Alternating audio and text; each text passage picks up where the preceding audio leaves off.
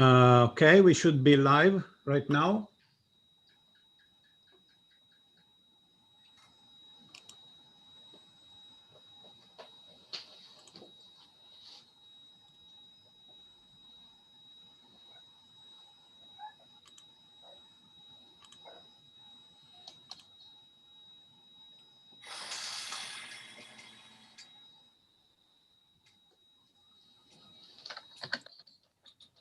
Okay.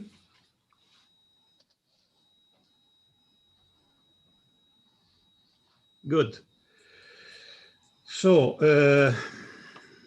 I think we can start, and seems that the first one to have a talk is myself, and I apologize because I'm quite tired because I'm working since so many days, so it will not be a great speech. However, I welcome everybody to our Congress, to the Space Renaissance International Third World Congress, taking place on our conference virtual center on Attendify, and retransmitted on YouTube, and I hope on Facebook too.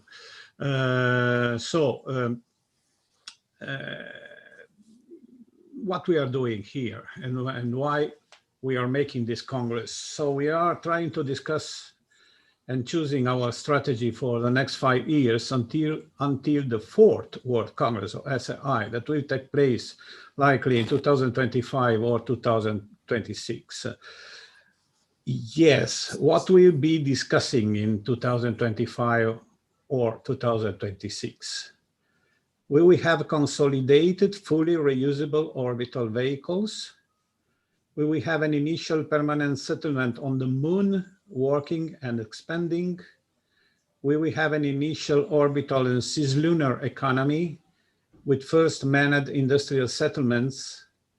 It is clear to us that the first condition, fully reusable low-cost launch vehicles, is the very basic essential condition, downsizing the cost of the transport to orbit. But we are virtually in 2025 now, and let's assume that we have all the things I said well rooted and working. So there are some other priorities that we are anticipated same few years that are some neglected priorities that are following in the scale just after the financial issue. And I'm talking about enhancing some technologies to allow civilian passenger untrained common earthers to travel and live in space. For example, protection against sun and cosmic radiations, artificial gravity, comfortable and ergonomic passengers transportation means, green environment in the space habitats, and producing food, air, and water in space. To start using the extraterrestrial resources to build the space infrastructure, primarily reusing the man-made space debris, and then the moon and asteroid materials to produce fuel in space. Yeah, fuel in space. Think about the huge economy benefits for the civilian space development. Can you see the picture? But we have big risk and opportunities. The opportunities of the next 10 years are immense, and civilization risks too if we don't make the right decision in the next 5 years. You know what we mean? That the civilization could implode if we will not really open the high frontier, assuring a development horizon, a new development horizon for our growing family of almost 8 billion people. How many will we be in 5 years? Maybe near 10 billion. So if we will not open the high frontier, reopening the development, reopening the hope for the future in people, things will be very, very bad. even worse than what we already know with the multiple crises that are attacking our society and our lifestyle and everything. So we can start building the basic condition for a fully inclusive society. The first feasible utopia, the realization of the highest goals of the Maslow scale, self-realization. After so many tentatives to develop unfeasible utopias within the boundaries of Earth's atmosphere, this is the task of the Space Renaissance movement and of the Space Renaissance International as a philosophical space advocacy organization. And we are proposing it to our many sister organizations as we are experiencing an unprecedented growth of the space advocacy and new space industries on planet Earth. To make Earthers aware of this very urgency, kicking off the civilian space development as soon as possible. So this is the goal of our Congress this year, and this is the wish that we are making to all Earthers, to all humans living on this planet. Thank you very much. I give the floor to the next. That should be Manuel. Yes. And thank you very much, Adriano. And thank you to all of you that are present today, colleagues and fellow warriors for humanity, because that's what we are. We're warriors. We are pushing for civilian space development while the powers that be want to continue space development led by military and by governments. I am honored to be the president of Space Renaissance USA. And in Space Renaissance USA, we worked with Space Renaissance International 5 years ago to propose a project that would have been funded by a foundation. And we proposed lowering the cost of achieving low Earth orbit and the ways in which we would do so. Interestingly, all the experts said, oh, no, that can't be done. You can't bring down the cost in 6 years. That's impossible. Well, I have to tell or share with you, because you're all dreamers as I am. Humanity always does the impossible. The experts are always protecting their interests. And it is up to people like us to say, wait, there's another alternative. That's why I fully support civilian space development. I always have. Right now, Sir Richard Branson is celebrating that he has USA government approval to fly into space. And he's not military and he's not a government. Technology is moving along very quickly. And all or many of the support technologies for those developments that Adriano mentioned we require are already being developed. And they're being developed not just in the US, they're being developed all over the world.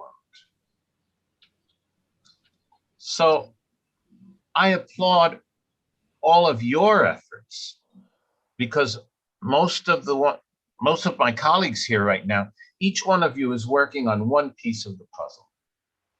For those that know me, you know I'm trying to figure out the politics of everything. It's not easy, but we can do it. And Space Renaissance International has achieved many things together with its partner organizations. And what we have to do is continue forward. And my expectation is that this Congress will give us a lot of ideas to define the way forward. So thank you very much to all of you. And the next speaker can now take over. So the next speaker is Corrinne Graham. Hi, everyone. Welcome. I'm not going to be as I guess, as detailed as Manny and Adriana have been, but welcome and thank you for all that you're doing. I wanted to take the time to make sure that I acknowledge or committees or chairs and the fantastic work that they've done. Couple of the things I think, as someone who's involved in entrepreneurship, mentoring, I think it's important for us to take away and focus on that. We are at the front of an industry, so we need to be mindful of, you know, what are the possibilities, and they're endless, right? There's plenty of opportunities and plenty of areas. We have to be mindful of things that are fads, and look at it from in terms of overall, in terms of education, look at it in terms of the industries, in terms of commercialization, and as well as, I think Manny touched a little bit on this, advocacy and policies. These are very, very critical things for us to be on top of at this time as we push forward. And, you know, I want to make sure that we share the work that we're doing. So share it with your network widely. It is important. Let's make sure it's trending. Let's make sure all that we're doing over the next couple of days, let it go viral, because that's important to how we're going to help to develop and create industries and to kind of bring some sort of equity, diversity in terms of what we're looking to do for mankind, or to help to save our planet as well. And, you know, if you're not a member, become a member, join the team. And, you know, it's a great organization to be a part of. And it would not be, you know, I guess I would be remiss not to thank Adriano. Oh my goodness, the amount of work, the dedication he's done and he's put into making sure that this event happens.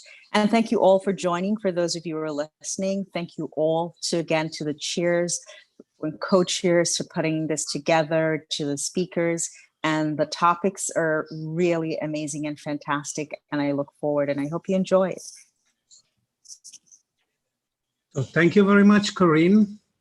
We give now the floor to Kevin Myrick. Kevin, are you there? Think so. Thank you, Adriano. Like my compadres, I also want to thank everybody for all their efforts in putting this Congress together. One of the chief outcomes that we're looking for in this Congress is to promote the civilian space protocol, the promotion of getting more civilians into space, more civilians interested in space.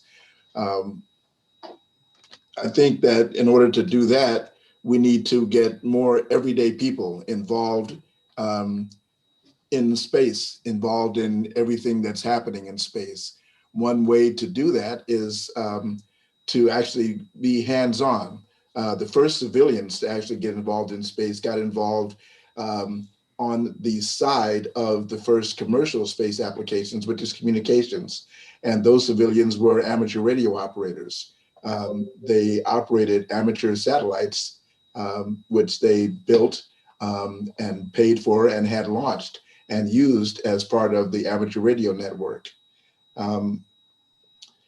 That's one group of civilians, but it's a worldwide group of civilians that got interested in space and developed a system that they could use and that they could promote, which promoted space development, which promoted space among a group of everyday people who were not necessarily rocket scientists, who did not work at NASA or JAXA or any of the space agencies, and who are not part of major corporations, the major space corporate companies. Today, we're getting more into that with universities and even with high schools and some middle schools building nanosatellites and being able to launch those satellites into orbit. Every time a middle school or a high school launches a satellite, we are getting not only the students that were involved in that, but their parents also, and their communities. they become more and more involved, more and more interested in what's happening in space. That's something that we need to promote, that we need to push, so that there's more and more of that. The more students we get involved in space and looking into space, the more families we get involved. And ultimately, we're looking towards space settlement. And space settlement is definitely something that involves families. If we're going to go into space with people who are going as pioneers, they need to know what they're getting into. They need to have some sort of feeling for space. And I think getting people involved and invested in space through their kids, through the students, is one very good way for us to build interest around the world in space, in the civilian space protocol.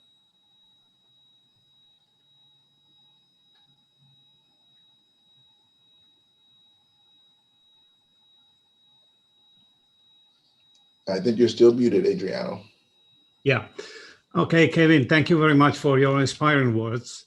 And we are giving the floor to the next speaker, the Jerry Stone from UK.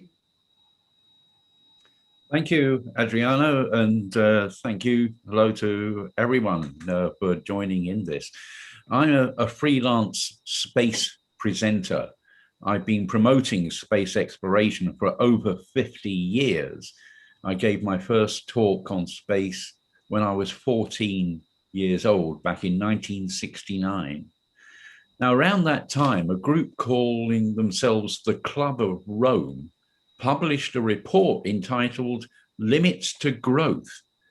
And this was a doom-laden scenario showing how the planet was running out of resources, especially oil, and we would face a very, very bad future because of this resulted in, as they said in the title of their report, limits to growth.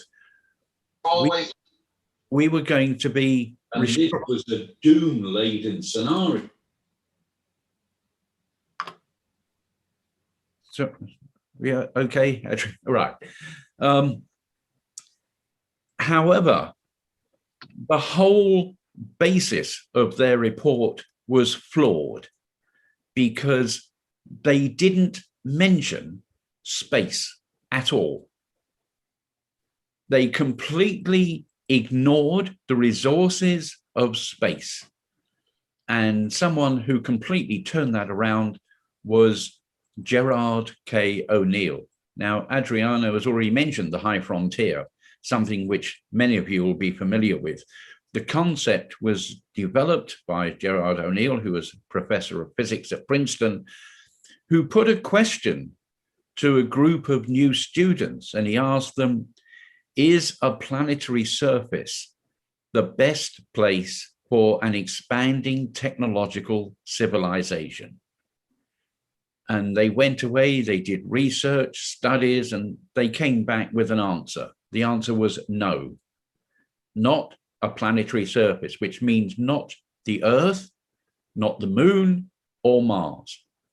The reason being that you lose the sun for 50% of the time on average, whereas out in free space, the sun is available all the time, and you can turn it into electricity to provide all the power you need. You can concentrate it and get 5,000 degrees to process materials.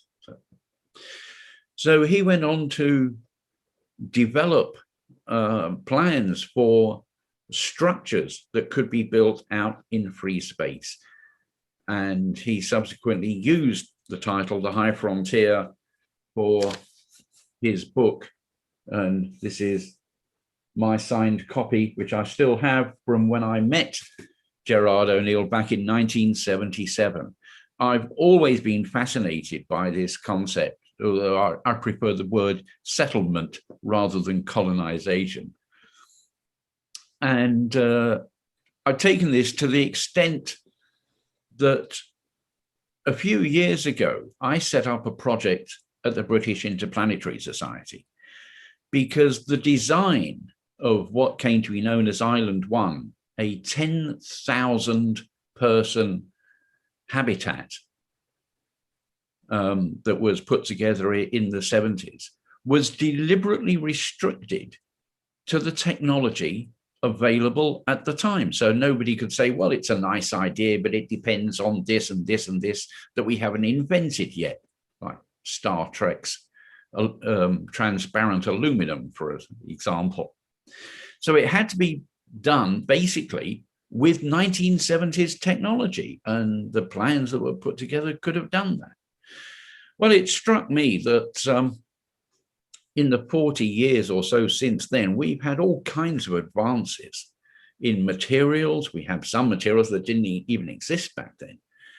And our computing power is many orders of magnitude beyond that. So if we were to do this today, we could probably do it far more efficiently and cheaper than we could have back then. And in fact, all we really need is Jeff Bezos and Elon Musk to shake hands and say, let's do this. And between them, they could put up the initial money that would get a project like this going, which would then over time pay for itself by the development and production of solar power satellites, which would send energy down to Earth, which would be sold on the grid.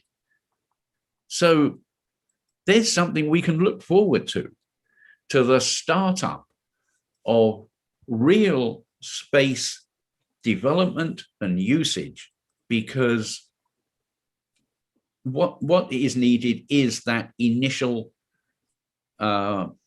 decision, and someone to say, I believe that this country should commit itself to achieving the goal before, well, certainly before the next century is out, or this century, of setting up a settlement in space that will be independent of Earth. This is the kind of thing that the Space Renaissance Initiative is striving for: independence and the involvement of not thousands, hundreds and thousands, but eventually millions of people out in space, and in turn providing benefits for those back on Earth.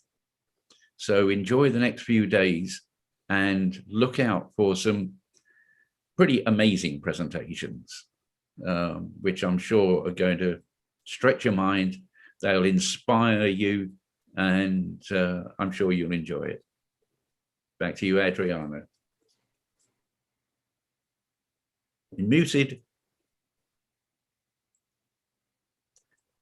Adriano, we can't hear you.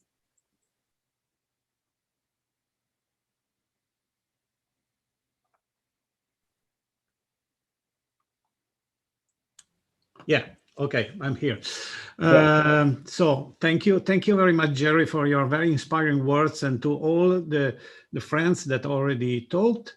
So this was our inaugural message from a few of us, and now we are opening the keynote speaker speech.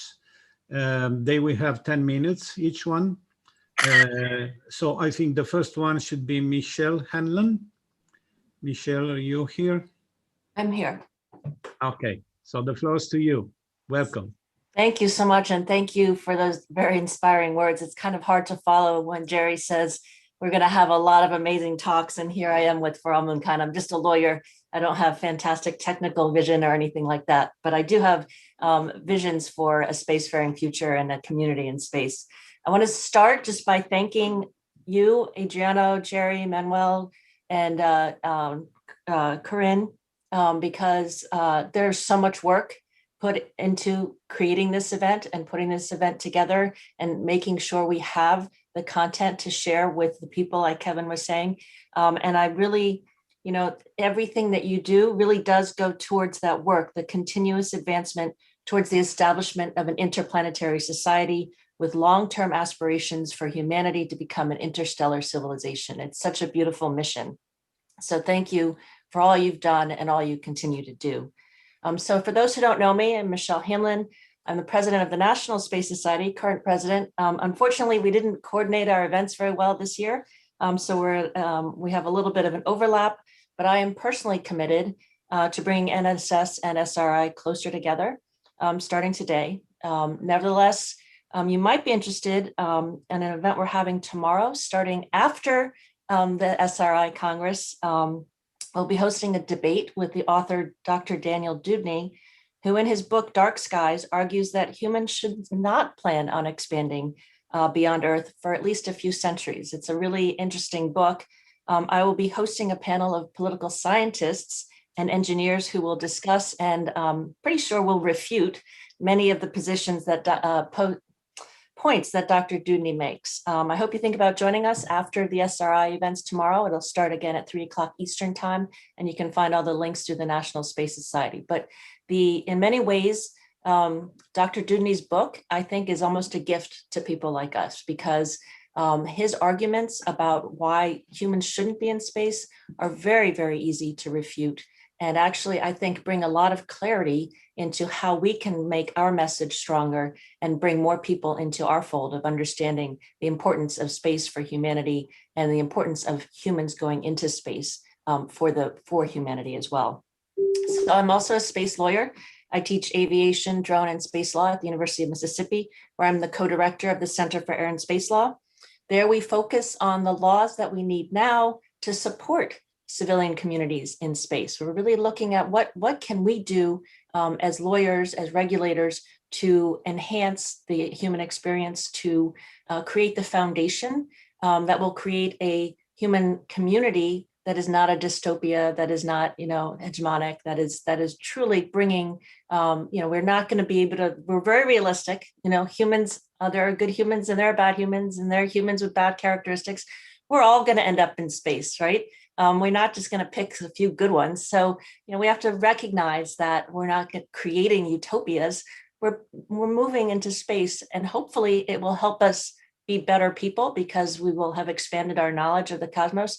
But who knows? We have to get there to find out.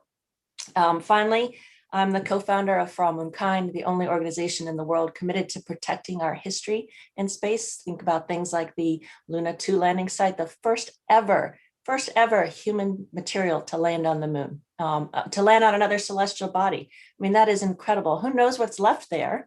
But if there's whatever remnants we have there, wow, that is a symbol of one of the greatest technological achievements of all of humankind. So I also, people always ask me, why are we worried about protecting all this stuff, this junk, these boot prints, which is our, hashtag protect the boot prints. I think I know that most of the people who are watching, who are on this call right now, agree that these are, like I said, remnants of the greatest technological achievements in human history. And we need to protect those vestiges, protect those memories of our milestones, just like we protect cultural heritage here on Earth. But it's much, much bigger than that. As we stand on the threshold of our future right now today, with thanks to talented engineers and scientists and visionaries like you all here and everyone watching, our heritage becomes vital sustenance. Only our cultural heritage can unify our spacefaring citizenry. And more important, only our cultural heritage can inspire more exploration. More than our individual cultures, it will be the heritage of humanity in outer space that will help us meet and quell challenges that we today cannot even imagine. So I want to remind you of two things. First, though the boot prints on the moon were made by an American man, Neil Armstrong's historic first step would not have been possible without contributions from throughout the globe, throughout time, and throughout history. 3 million years ago, our common ancestor stood up, freed up upper limbs to carry, to build, to draw, to create, to make tools. We see the proof of our first bipedal steps here on Earth, preserved and protected in the footprints in Laetoli, Tanzania. We could not have gotten to the moon without an intrepid ancestor who decided, hey, I need to stand on 2 feet. Similarly, we could not have gotten to the moon without math. And the first indications that humans were tallying, adding, and subtracting can be found on a baboon bone that was found in the Congo from centuries and millions of years ago. We couldn't have made it to the moon without math. We couldn't have made it to the moon without the people in Mesopotamia who discovered how to make glass. We couldn't have made it to the moon without the astronomers throughout history, throughout cultures, across continents, who looked up at the stars and understood and dreamed and started to understand what our place was in the cosmos. Second, we need to understand that our spacefaring progeny will not survive without a sense of community.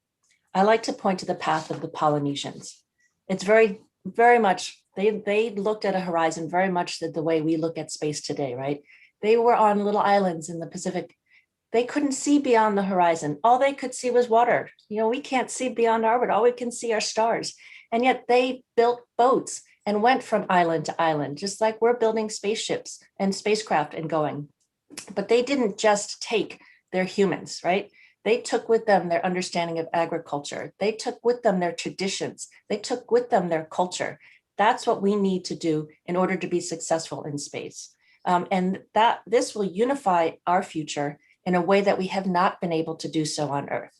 So, and you think again about the Polynesians. When they were discovered by the Western Europeans scoffed at them, didn't believe that these people with their own traditions that looked very backward to them could have actually built boats and done the seafaring that they said they did. Imagine that hubris. Imagine how different our history would be, perhaps, if we didn't have that hubris, if we didn't have the opportunity to have that hubris.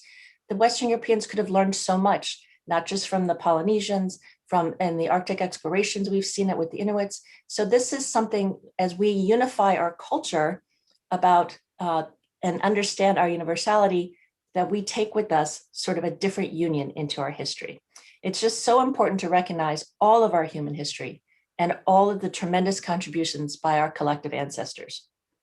So of course, you know, our goal is fraught with difficulty. Chief among them is Article 2 of the Outer Space Treaty, the non-appropriation principle. So if we want to protect human heritage in outer space, how are we going to do that? Because that is if we say, please don't land near the Apollo 11 site or the Luna 2 site or the Luna 9 site or the Chang'e 5 site, that's appropriation. That's a taking by another means. This is something we really need to think about with respect to not just heritage sites, but everything we want to do in space. And so for this reason, we know that even though UNESCO's World Heritage Convention, which is so successful here on Earth, well, mostly successful here on Earth, cannot be applied to space, because in order to become a World Heritage Site, it has to be nominated by the nation in which it can be found. And if we can't have nations on the moon, we can't nominate territory for protection. So that's why for All MoonKind, we believe the only answer is to develop a convention on the protection of human heritage in outer space. We are a permanent observer to the Committee on the Peaceful Uses of Outer Space, and we are working hard to advocate for to protect both our history and our future. And remember, if we can figure out how to protect our heritage, both legally and technically, because we have a lot of things to worry about in terms of how do we build a museum on the moon, how do we protect from the plume effect, from small meteorites. This is a foundational step to international collaboration on things like safety zones, the concept of property, space resource utilization, which must all be figured out to assure success and sustainability of our human future in space. So to this end, I just want to say we are really proud of our accomplishments thus far. In December 2020, President Trump signed the One Small Step Act, which is the first national legislation ever to recognize that there is human heritage in outer space. The act is pretty toothless, I'll admit. It was a little bit more, it had a little bit more oomph to it when we drafted it, but at least it says, if you are going to partner with NASA, you must follow the NASA guidelines to protect heritage in space. So it's a first step. It also talks about due regard. So we're really hoping that this national legislation, which is a leadership position with respect to heritage, can be followed and borrowed and also implemented by other nations. We also have Section 9 of the Artemis Accords, which also protect or talk about the fact that we have heritage in history that needs to be protected. So we have 12 signatories right now to the Artemis Accords. So it's 12 nations that agree, hey, we have something in space that ought to be protected the way we protect heritage here on Earth. We were starting to get acknowledgement from COPUOS. There was a very interesting proposal by the delegate from Egypt in the last legal subcommittee, wanting to create a working group to look at human civilization and how we can assure that we enter our spacefaring future with the best foundation ever. My organization For All MoonKind, we have 2 working groups. One is led by Dr. Marlène Lausier, looking at the cultural aspects, the cultural law. What cultural laws from Earth do we want to take with us to space? What can we, what can't we?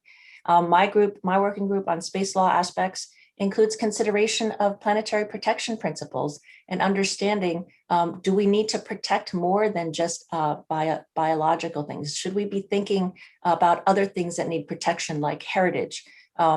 And so thinking about it, this isn't about stopping anybody. This is about doing everything we can responsibly. Ultimately, it's just about responsibility. Finally, we've created the For All MoonKind Moon Registry, which is a catalog of all of the materials that are on the moon right now, the human-made materials. There's 110 different sites on the moon with human-made stuff on them.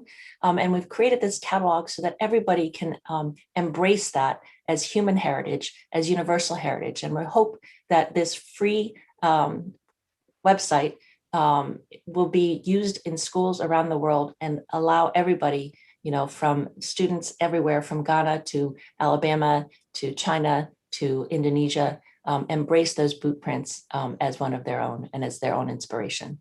That is on our website, forallmoonkind.org. Thank you very, very much for your time. I'm so inspired by the people I am seeing on the screen, and I look forward to the rest of the Congress. Thank you. Thank you very much, Michelle. Excellent, as always. Thank you. Thank you so much. Okay. So the next one should be Jan Werner, but I'm afraid he is not with us yet. Therefore, we give the floor to Bob Zubrin. Are you here, Bob? Yes, I'm right here. Okay, so very welcome, Bob, and the floor is yours. All right, thank you very much, and thanks for inviting me to this conference and for holding it. I've organized some conferences, and I know this is very difficult, and a lot of work goes into it. And in that connection, by the way, I'd like to add the MMAARS Society is holding its next conference, which will be a teleconvention this October 14th through 17th. And we currently have an open call for papers posted on our website, and everyone is welcome to submit an abstract. I think many of the people that are speaking here today might be very good talks at our conference. Thanks. So it's interesting. I found the remarks of Jerry Stone very much to the point, and also something that Michelle Hanlon said. Although, of course, I have my own take on these issues. Jerry brought up this issue of the Malthusians, the Club of Rome, with their Limits to Growth publication. And Michelle brought up Dewdney. I actually wrote a review of Dewdney's book, which I had a lot of fun with. And I would suggest people read it. It was in National Review. You can Google it. I'll repost it on Twitter today so that it won't be that hard to find. Dewdney, by the way, is derives a lot of his thoughts, and he says so in some of his various writings, from the geopolitics of Haushofer, Professor General Karl Haushofer, who in fact was the mentor of Adolf Hitler, and developing the ideas of geopolitics, and from which Hitler derived choice ideas like, and I quote, the laws of existence require uninterrupted killing so that the better may live. Germany needs living space, et cetera, et cetera. And also, by the way, what Hitler said was that this idea of perpetual progress and peace and prosperity through science was a Jewish lie to undermine the people's belief in the necessity for war. Yeah. Okay, That is, that the ability to create unlimited resources would undermine the lie that we need war, because that is the correct way of putting that. That is, there is the possibility of perpetual peace, progress, and prosperity through science and innovation. It's not a lie. It's not particularly Jewish in its origin, although of course Jews have participated significantly in technological progress. But no, it's a truth. It's a truth about the human condition. I think Jerry, and bringing up this issue of the Club of Rome, because I was also around then, when these people, this elite group, published this text, which was represented to be authoritative, that we were going to run out of everything by the year 2000. Because, and it's authoritative because they had a computer, and this is 1972, and nobody else had a computer, and the computers are never wrong. And the oil was going to run out by 1998, and the copper was going to run out by 1999, and the zinc would run out by 1997, and so forth. And now all these predictions were wrong. But what they said was that we have to stop population growth and economic growth because otherwise we're going to run out. And even so, we're going to run out. So in fact, we have to reduce living standards, which was very convenient for these people to say, because the Club of Rome members were elite aristocrats, corporate CEOs, and so forth. And they would not suffer the consequences of these reactionary policies that they were demanding. Now, but here's the thing, and this is where I have a different take from Jerry. It's quite true that the Club of Rome neglected the possibility of space resources. Certainly were unaware of the concepts being promoted by Gerard O'Neill, for example. But that is not why they were wrong, okay? I mean, that is not why their calculations did not come to pass, because after all, we haven't built solar power satellites and any of those things, and we still haven't run out of oil. In fact, oil reserves today globally are about triple what they were in 1972, and and so forth. They were fundamentally wrong about the human condition. They were wrong about the nature of resources. Okay, you see, the truth is that people create resources. There's no such thing as a natural resource. Okay, resources are a function of technology, which is a function of human creativity. Land was not a resource until people invented agriculture, and the value of land as a resource has multiplied exponentially as agricultural technology has advanced. Oil was not a resource until people invented oil drilling and refining and machines that could run on the product. You know, if Napoleon Bonaparte and his generals were putting together a list of the natural resource of some country that they were intending on taking over, they wouldn't have listed oil. It would not have occurred to them that oil was a significant resource. Aluminum would have been unknown to them. Aluminum was unknown to science until after the Napoleonic Wars, and it was unknown to consumers until the 20th century, despite the fact that it's the third most common element in the Earth's crust. Okay, because in order to separate aluminum from oxygen, to turn it from dirt into metal, you need electricity, okay, which of course is a human invention. And you also have to know something about chemistry, which is a human invention. And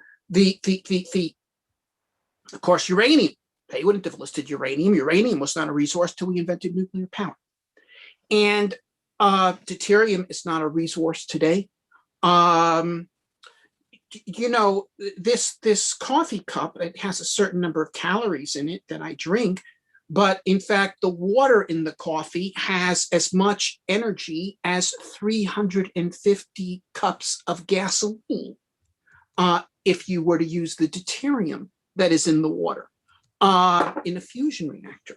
That's not a resource now. It will be once we develop fusion power.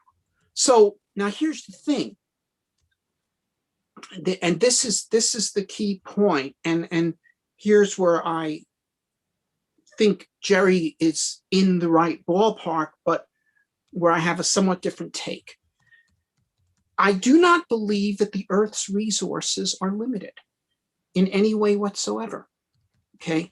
If you had a chemistry set consisting of 1 kilogram of all 92 natural chemical elements, you could make an infinite number of things with it. Let alone the entire Earth, okay? But the threat, I mean, the great catastrophes of the 20th century were not caused by us running out of resources. They were caused by the idea that we were running out of resources, okay? That is, if the Club of Rome had been successful in putting over their reactionary ideas, the effects on humanity would have been catastrophic. As it was, the one place where some of their ideas were implemented was in China, where they implemented the one-child policy because of a Chinese bureaucrat copied some Club of Rome documents and published them in China under his own name, and it was a claim to genius, and so they started killing baby girls, 100 million of them. But ultimately, it was not successful. But these ideas were taken seriously in the 20th century. Okay, in 1912, General Friedrich von Bernhardi, one of the chief intellectuals of the German General Staff, published a book called Germany in the Next War, in which he said, look, Europe, Asia, there's this grand continent here, the world island. There's only 2 possibilities of who's going to get it, us or the Russians. We're going to have to fight them for it sooner or later. Should this be sooner or later? Well, clearly sooner. We should destroy them before they industrialize. And in the 30s, Japan looking at China. Okay, who's going to get Asia, us or them? We're going to have to fight them sooner or later. Let's take them down now while they're weak. And in fact, if you assume that there's only so much to go around, and so you're going to have to fight it out with those people for who gets it sooner or later, it will always be to the advantage of one side or the other to choose sooner rather than later. And this idea of limited resource, this is the existential crisis facing humanity today. I happen to know for a fact, because I have spoken with them, that there are people in positions of major responsibility and authority in America's national security establishment who believe that war with China is inevitable. Why? Because there's only so much oil in the world. And if the Chinese, the 1.3 billion Chinese all get cars and they start driving them around like Westerners, all the oil will be used up. And you could bet they have opposite numbers in Beijing who look at this very same issue from the opposite side of the chessboard and think comparable thoughts, except with a different group of people that they would like to eliminate from the earth.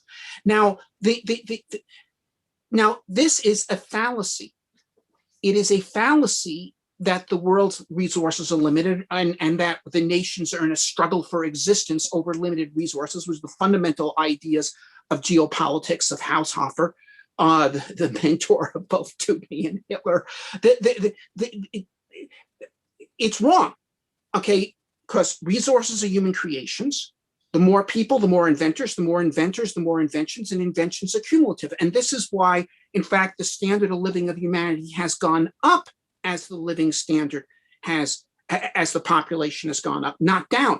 All these Malthusians in the late 60s and early 70s projected that the world population would double by the year 2000 and therefore standard of livings would be cut in half. Well, the world population did double between 1970 and the year 2000. They weren't wrong about that part, but the standard of living, far from being cut in half, tripled. We went from an average per capita income globally in today's money in 1970 at $3,000 a year. Now it's $10,000 a year. Okay, population doubled. Per capita standard of living tripled, okay, because of the advance of science and technology. Why is China advancing in leaps and bounds today in terms of living standards? Well, it's because of inventions, a range of inventions from electricity through computers that have allowed them to revolutionize their economy. Okay, those were pretty much all made in the West. But why did the West have its renaissance? Because of inventions like paper and printing that were made in China. So in fact, it's not true that nations are in a struggle for existence over limited resources. Rather, what we all have is a family of nations, a disorderly family to be sure, that are engaged in a common project of creating new potentials to expand the possibilities for all of humankind. Now, here's the thing about space.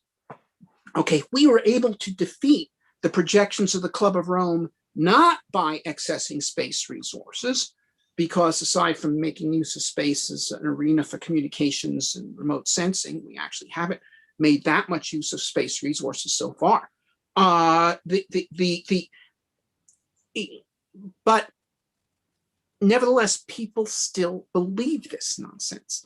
And what we're going to get from space is proof that they're wrong, that it's not true that there's only so much to go around, that we don't need to kill each other fighting over provinces when we can create livable planets. Okay, this is what there is. In other words, the reason why we need to settle Mars is not that we're going to get oil from Mars.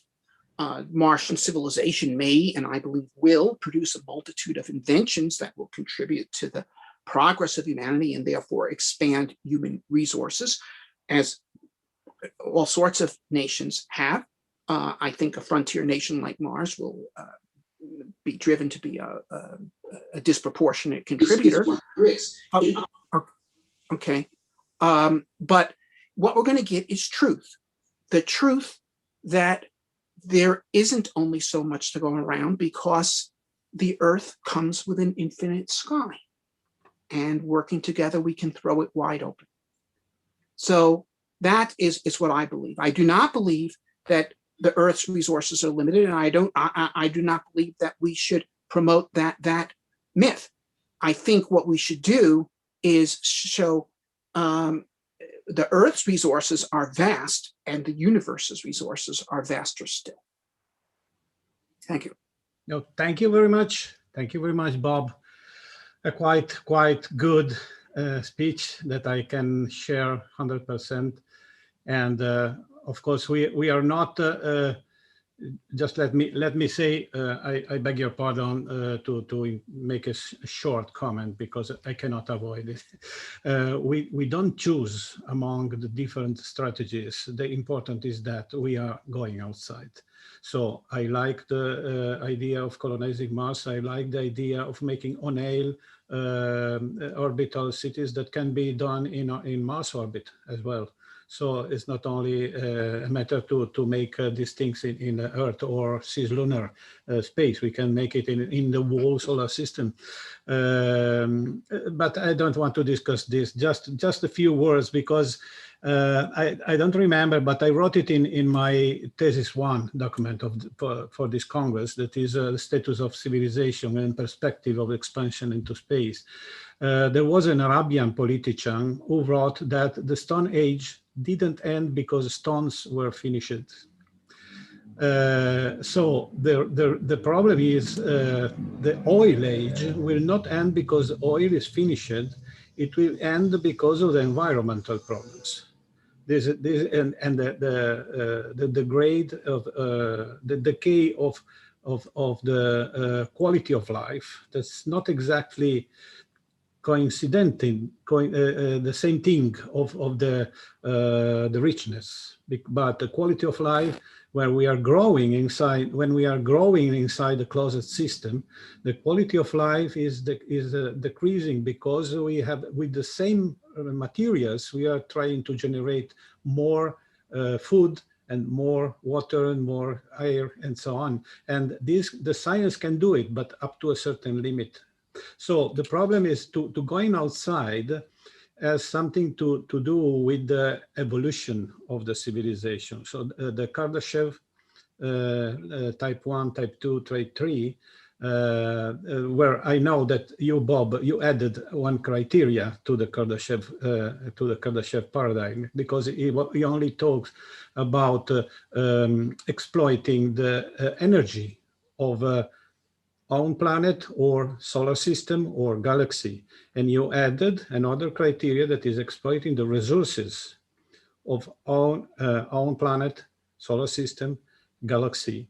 And Carl Sagan added a third criteria, that is the information that can be shared on a planet, in a solar system, and so on. And myself, I have the presumption, and I wrote it in my thesis document, that we had a fourth criteria, that is the possibility to realize a fully inclusive society.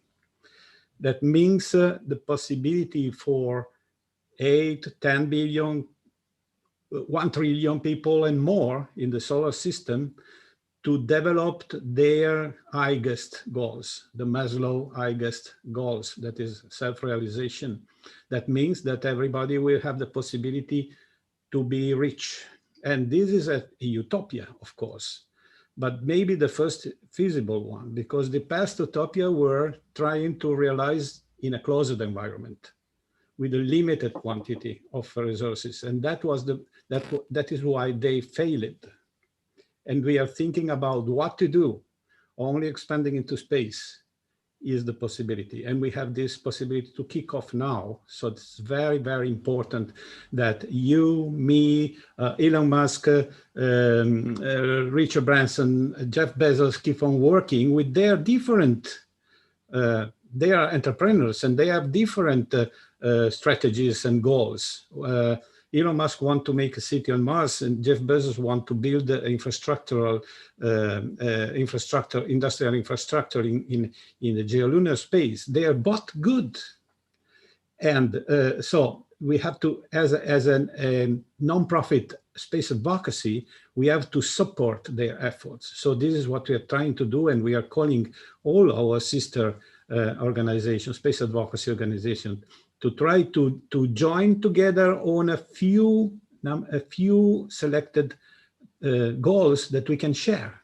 That would be very important because our voice will be multiplied. We can talk about that after the Congress, I think.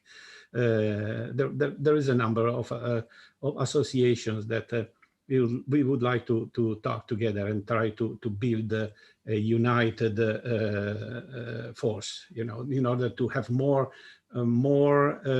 voice with the UN, with the UNCOPUOS, with all the institutions, the global institutions that can make the difference, deciding to support one or another policy. So okay, I took a time that I wasn't expected to. Because we will have a panel discussion at the end, so I should even have waited for that. However, I know that now you would like to reply, and Jerry maybe too, but we can. Okay. Actually, I'm going to see if I can come back for the panel discussion, but I'm going to have to check out now because I have some other things I need to deal with. But okay. You know, I think this is a debate that we can all participate in and continue. So thanks for inviting me, and good luck with the rest of your conference. Thank you very much, Bob. Thank you for being with us. Bye-bye. Okay, so let's see what is the next.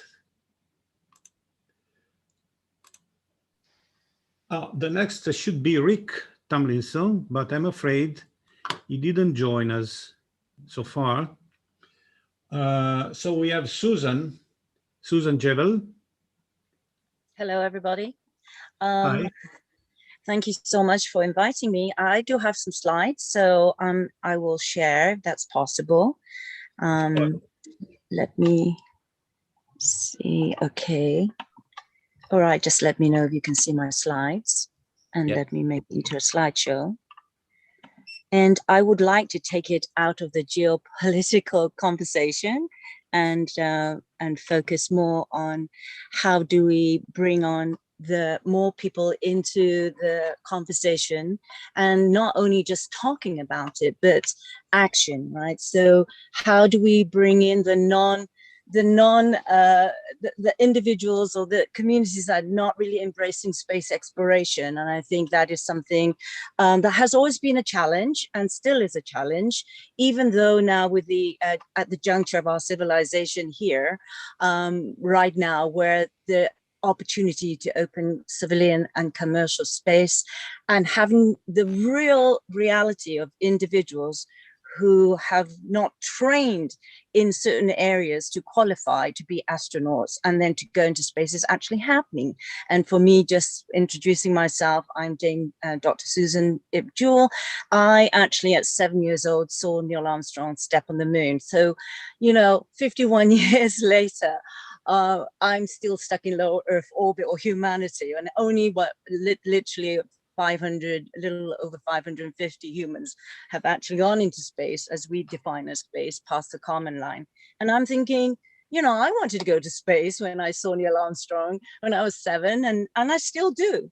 So I wanted to manifest that vision over the last half a century, would you believe, and make it possible. So now I think the juncture of our humanity to actually achieve that is going to happen.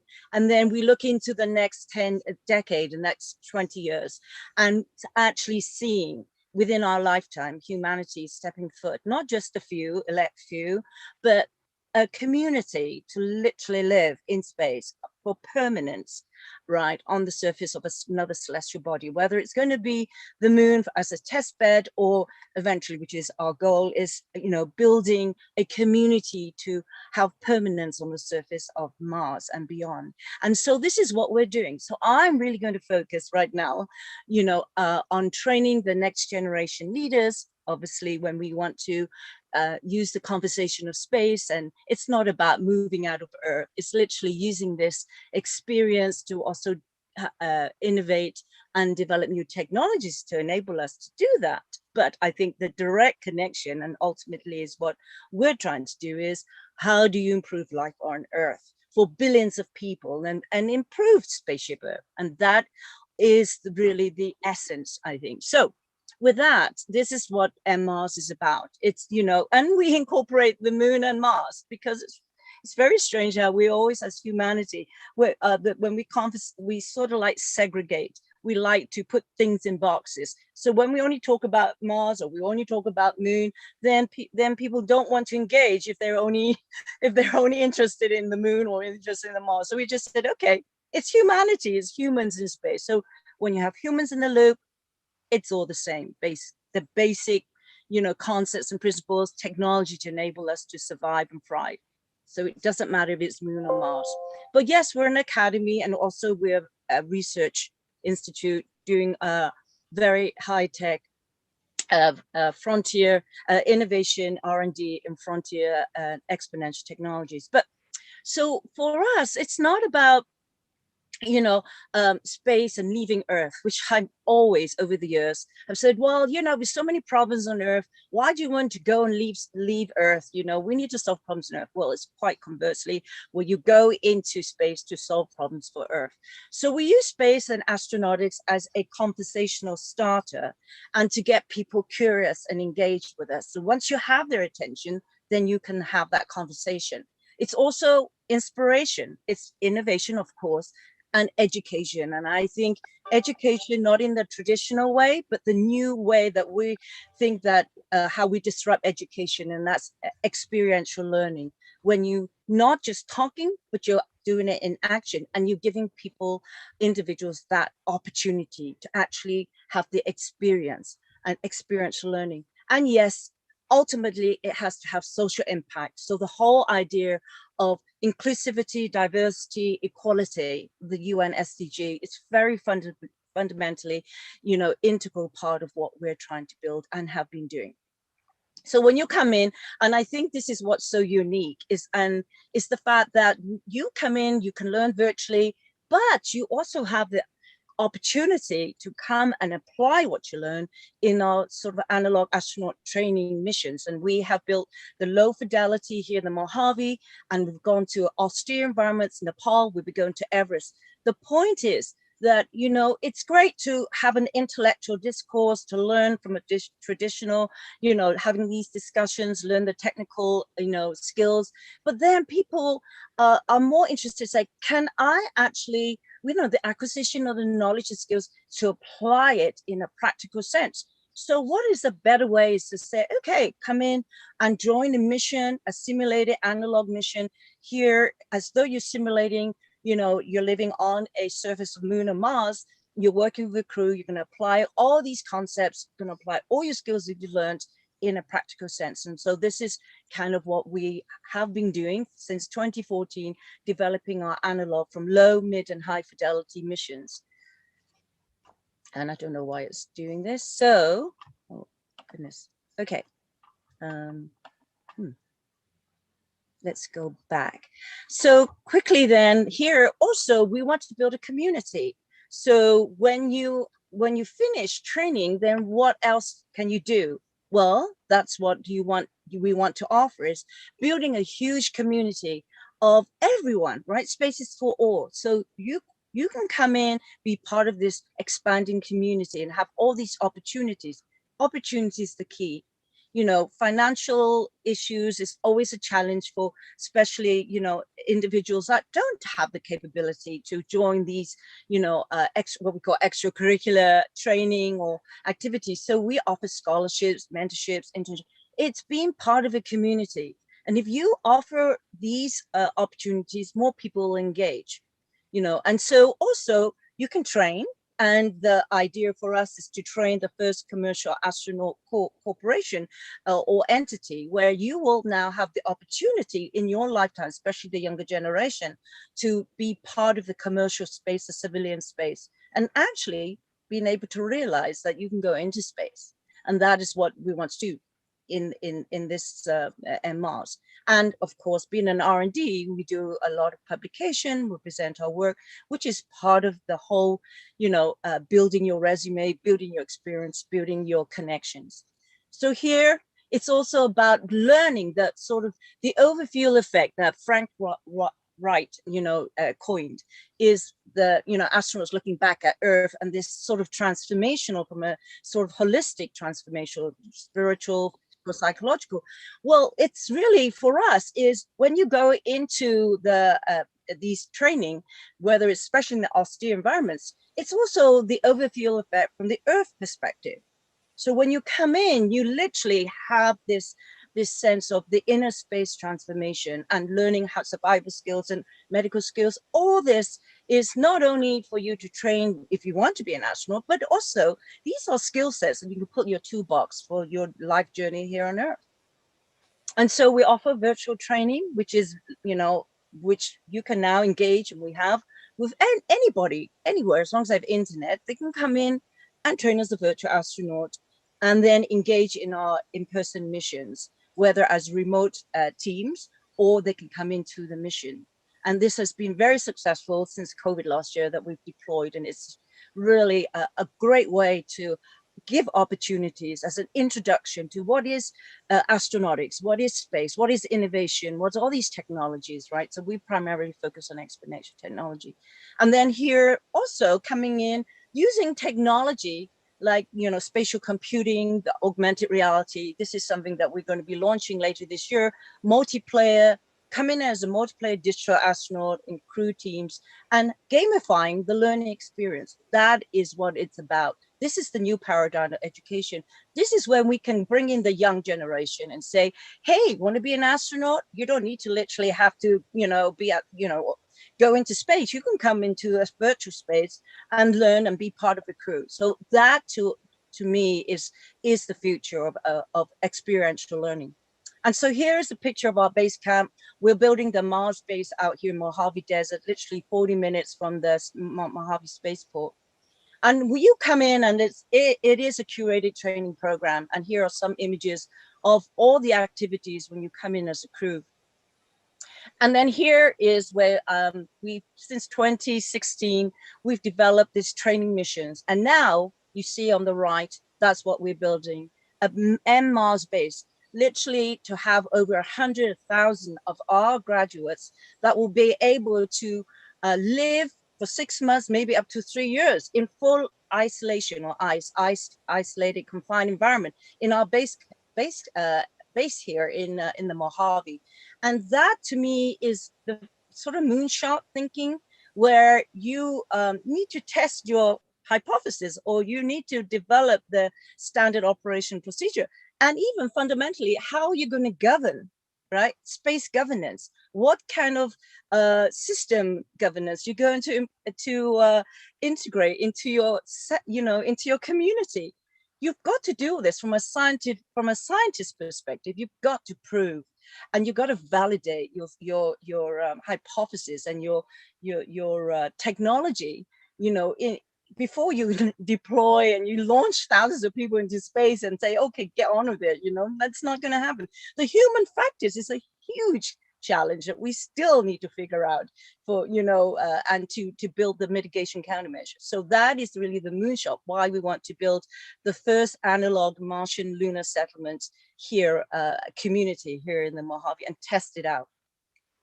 So as well, to be able to give further experiences in the training is we are going to be offering parabolic training. As you see, my co-founder, she's a pilot, commercial licensed pilot. We will be actually purchasing small planes here at Mojave Spaceport and then be offering parabolic training. As well, we've already started underwater aquanautics training, and then lava tube, because we have lava tube access here outside Las Vegas. The idea 2022-23 is to do underground lava tube training. So this is really an expansion of the vision of not just training, as an analog astronaut, small crew. It's a really like this sort of expansion of the idea of building the colony, not colony, sorry, don't want to ever use that word, the settlement, the community, living together, working out all these challenges of, how do you thrive, permanently, long term in this paradigm. And so last, but here is what we would love to be able to say. This is the initiative of the whole UN SDG, inclusivity, diversity, equality. So we've started these initiatives. Our para-astronaut is to bring in disabled individuals, kind of similar to Paralympics. To date, most disabled individuals have been eliminated from the conversation and also not included in any of the training. And so this is what we have already started. We're bringing in the individuals who have a disability, but giving them the opportunity to also train and be part of the conversation. The other initiatives like LGBTQ, underserved minorities, Apollonauts like myself, the baby boomers, they are generally not included in the actual, participation in the training. They can be experts and SMEs and talk, and really share their skills, but they are usually eliminated from the training process. And that's what we are very much opening up. So with that, specialization training as well. And that is what I'm very excited about. And we've been doing this since 2014. And we really do want to say space is for all, and it should be, and it hasn't been. But now I think at this juncture, with the civilian space, with commercial space opening up, I think the conversation is changing. It needs to change. It is, and that's what we're part of, wanting to make that change. Thank you for listening. Thank you very much, Susan. Wonderful presentation, indeed. Okay, I think the next one is Gary Barnhard. Okay, Adriano, I don't know whether or not you saw the message, but what I propose to do is give a very brief introduction and then have you cue the video. If you have it ready. You want me to run your video? Yeah, I'll let you know. I'll let you know when. Yes, okay, yes. Have it ready? Okay, let me find it. Well, while Adriano is doing that, welcome all. Thanks for this opportunity to present to the conference on behalf of the Space Development Foundation. I ask that you suspend disbelief for a time to consider that a pragmatic robotic space systems engineer is not an oxymoron. In deference to the fact that brevity is not my strong suit, and that my presentation is on a enduring challenge for space development, I've recorded the presentation. I'll be around for the rest of the session, as well as the panel discussion. Adriano, if you're prepared to do so, Please run the video. I run your slides. Good. Yeah. Well, Okay. can you run the video? It actually has the full narration. Just a moment, because And it's 9 minutes and 58 seconds. So the by a bit of a challenge, as it were. Just a moment. Oh my God, why I don't find things when I need them.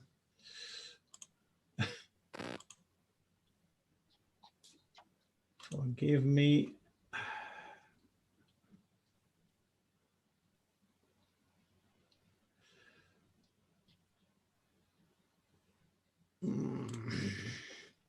Okay. Okay. Okay. It's a hard thing to do. It's all part of a continuing conspiracy to present a technical challenge to the event.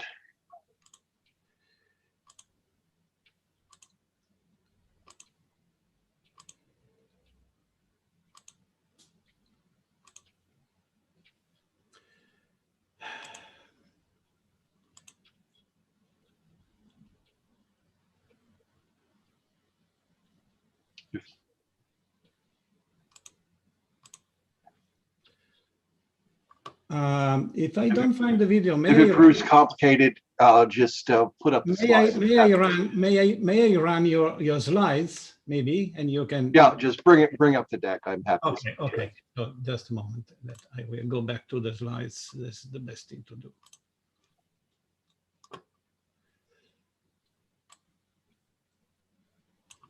So sharing my screen.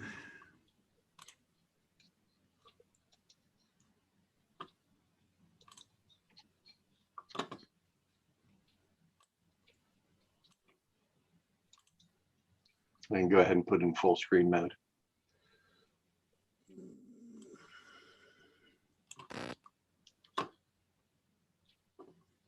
Okay.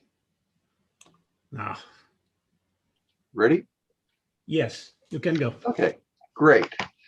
Again, I'm Gary Barnhard. I'm the Space Development Foundation Executive Director and Founder. My presentation today is going to be on fostering scalable, resilient utility infrastructure for cislunar space. Next slide, please. The Space Development Foundation is a US-based tax-exempt nonprofit organization. Our focus is on advocating, orchestrating, and assisting in the fostering of space development in earnest. Our primary objective is to enable initiatives directly and or indirectly by providing critical support when needed to foster cooperative actions furthering space development. Our funding is provided by Extraordinary Innovative Space Partnerships, Inc. and the other XISP, Inc. Technology Development, Demonstration, and Deployment Mission Development Consortium participants. Next slide, please. The SDF primary threads for strategic action include space solar power realization, in which we're working on power and ancillary services beaming related issues, technology development, mission enabling or enablement, which we're working through the guise of Alpha CubeSat and other small sat and CubeSat initiatives. Cislunar and beyond ancillary services, we're working in the area of interoperable network communications architectures. Advanced automation and robotics evolution, we're addressing through management operations control applications.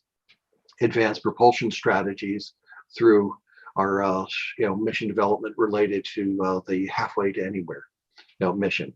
The key thing with all of this is it's about orchestrating technology development, demonstration, and deployment, not just the advocacy and support of technology development sandboxes, if you will. Next slide, please.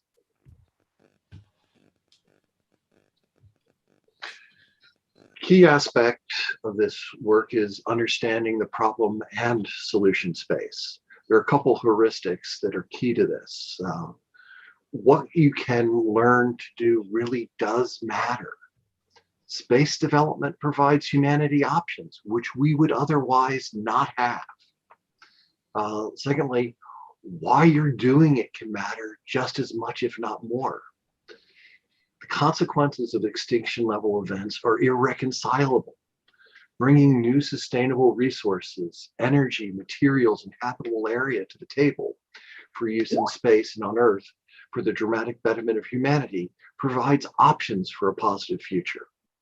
Understanding how to build and maintain viable and sustainable space settlements is a microcosm for providing for all life as we know it. Next slide, please. We have fit this under what we call technology development, demonstration, and deployment missions, or TDQ for short. What this entails from a technology development standpoint is, spans from the spectrum from research sandboxes to applications engineering. From a technology demonstration standpoint, it spans the spectrum from spectacle to practical tests of fitness for purpose.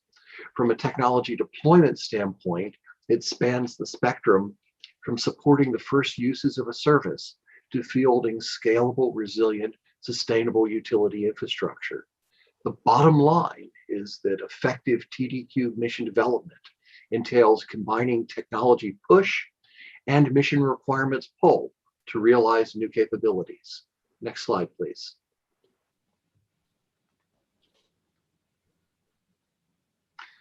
Mission development matters.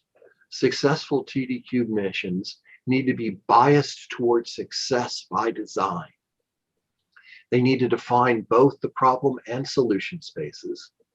They involve the integration of iterative trials and recursive spirals. They need to foster cooperation, collaboration, and allow for competition. They need to provide a means to clarify expectations based on articulated interests and shared understanding of the follow-through. The bottom line is that if you do not know where you're trying to go and why, it's a whole lot harder to get there. Next slide, please. Yeah, I'm coming. Outcomes matter. Some interesting examples of note. Efforts in statecraft that are based on a confluence of interests that are clearly defined tend to be widely ratified and adopted. A classic example of this is the 1967 Outer Space Treaty. The graphics to the right are an extraordinarily compelling characterization in terms of both the parties, signatories, and non-parties to the same. However, efforts in statecraft that are based on aspirations without a foundation of clearly articulated interest tend to flounder. The 1979 Moon Treaty is a classic example of that. And you can, the difference in, the corresponding graphics could not be more dramatic. Accordingly, lending our efforts to drawing out, articulating, and affirming confluence of interests where they can be found seems the most prudent and logical course of action. Next slide, please. There are multiple, if not myriad, opportunities for fostering better outcomes. Scalable, resilient utility infrastructure for cislunar space is realizable for interoperable network communications architectures. Some of the instances of the same include pervasively network quality of service-based communications, cislunar spatial positioning and navigation markers and beacons, the notion of a unifying time base for cislunar space. Also, space solar power and ancillary services beaming, where power when and where it is needed across multiple venues, including space to space, surface to surface, space to the moon and or asteroid surfaces, and space to Earth. What we call management operations control applications can support autonomous navigation, situational awareness, orbital debris mitigation and remediation, and shared human, robotic, and autonomous control. Next slide, please. Furthermore, the idea of being able to take advantage of scale really matters. We have the Alpha CubeSat mission development initiatives, which provides examples of early TDQ flight opportunity models, economies of scale which foster cost-effective rapid growth to flight missions, synergistic technology development, science and commercial payload accommodations, and could indeed be enabling to things such as electro-optical interferometry. In astronomy, aperture isn't everything, but it's an awful lot of everything, and the potential is there.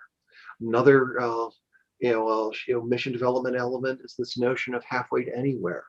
The idea of advanced H2O based propulsion systems that work your way all the way around what used to be the three-phase diagram for matter. It's actually 4 phases plus now. That is appropriate to the application. There's some basically, just because we have done business one way in the past does not mean that's how we have to do it in the future. We need to learn these areas. The notion of alternate minimum energy trajectories. It's not just for the far out rescues. It can be a way of circumnavigating not just cislunar space, but beyond. And the issues of things like ground tracking long-term stable lunar resonance orbits can be utterly transformative in terms of mission life cycles in cislunar space. Next slide, please. Also, it's not just limited to the traditional notions of infrastructure. There's such things as capital infrastructure, which enables more economical satellite and science operations in space, including things such as satellite servicing and repair, fuel depots, standardized rendezvous and docking hardware.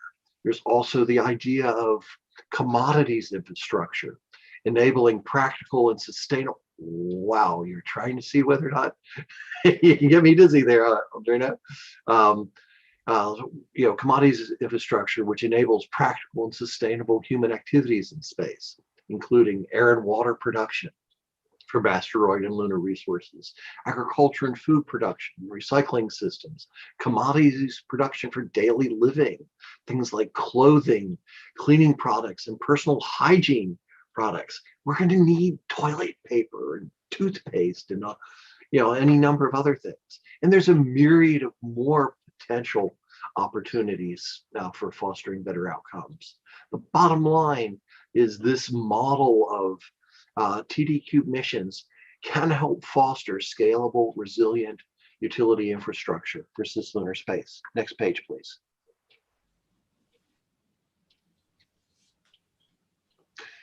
This is a visualization of the flows of people, material, energy, and information. In this case, particular to space solar power, and ancillary services beaming. But the idea is that it's not a one-off activity. It's a set of activities that start with ground testing, proceed to on orbit space testing, and then on to technology demonstration, and then on to deployment. And this goes across multiple arcs, be it space to space, surface to surface, space to the moon and her asteroids, and space to Earth. And part of what we have to be able to articulate is not just the technical details of each element of the same, but the overall visualization to get across the arcs of opportunity that are here. Next slide, please. By the way, that image is in ultra high res.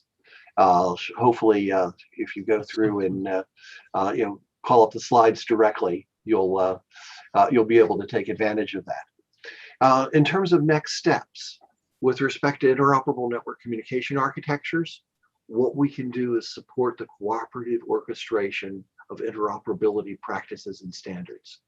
We can do better than we've done on the Earth in terms of helping things happen going much further and much faster.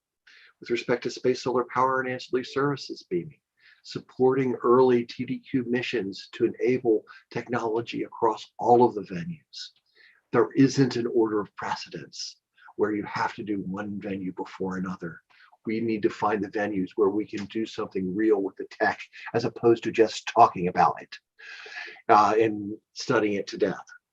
With respect to management operations control applications, drawing out the confluence of interests necessary to support virtualized functions and services in realizable infrastructure.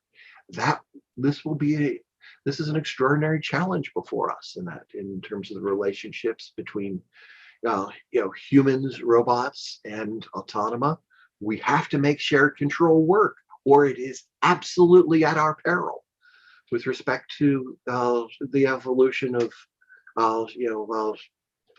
the scale of technologies, things like Alpha CubeSat as a model, fostering the use of affordable spacecraft systems as enabling modular TD-cubed infrastructure can be a key element.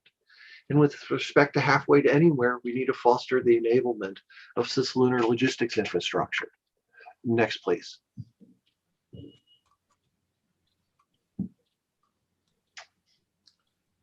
Is it finished? No, there's one more slide. I'm afraid that I don't have it. Oh, yes. Bottom line, space is our future. Let's not wait for it. Let's build it. The web address for the Space Development Foundation is spacedevelopmentfoundation.org. Look forward to working with all concerned to help realize this. Thank you. Thank you very much, Gary. Wonderful presentation indeed. Thank you for being with us. Okay, so now let me see who's the next. By the way, I had a message by Jan Werner, and I said him, we're waiting for him. Let me see if he responded. Not yet. Maybe he's trying to. It could be that I gave him the wrong.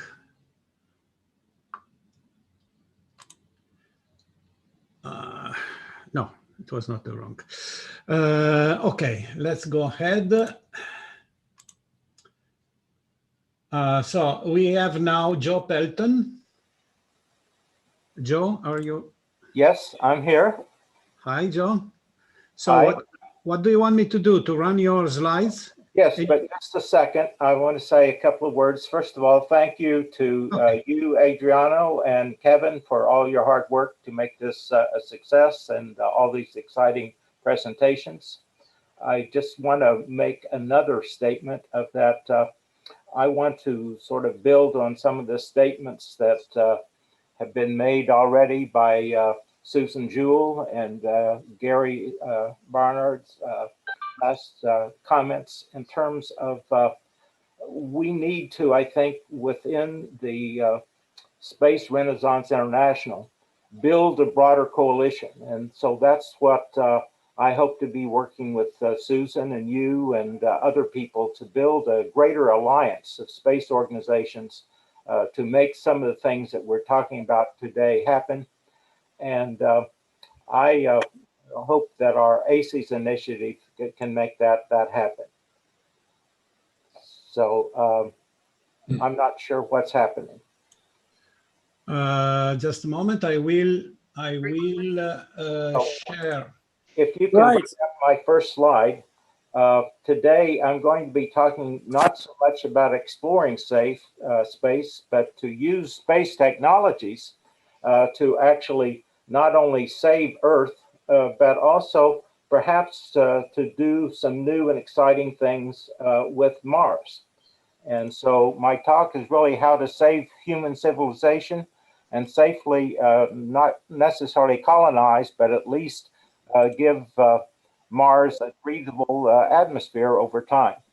So what I'm talking about is what is called a Lagrangian protector against solar emissions. So next slide.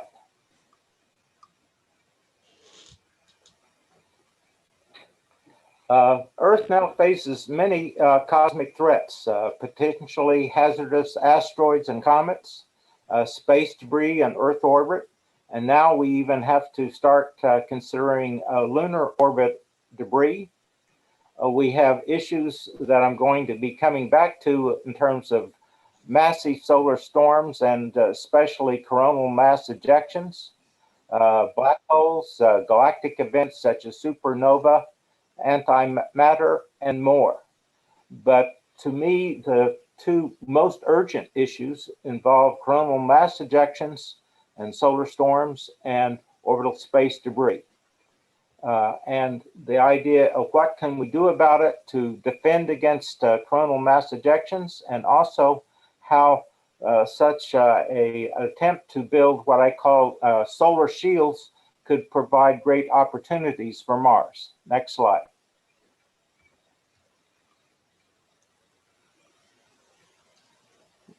Next slide, Adriano.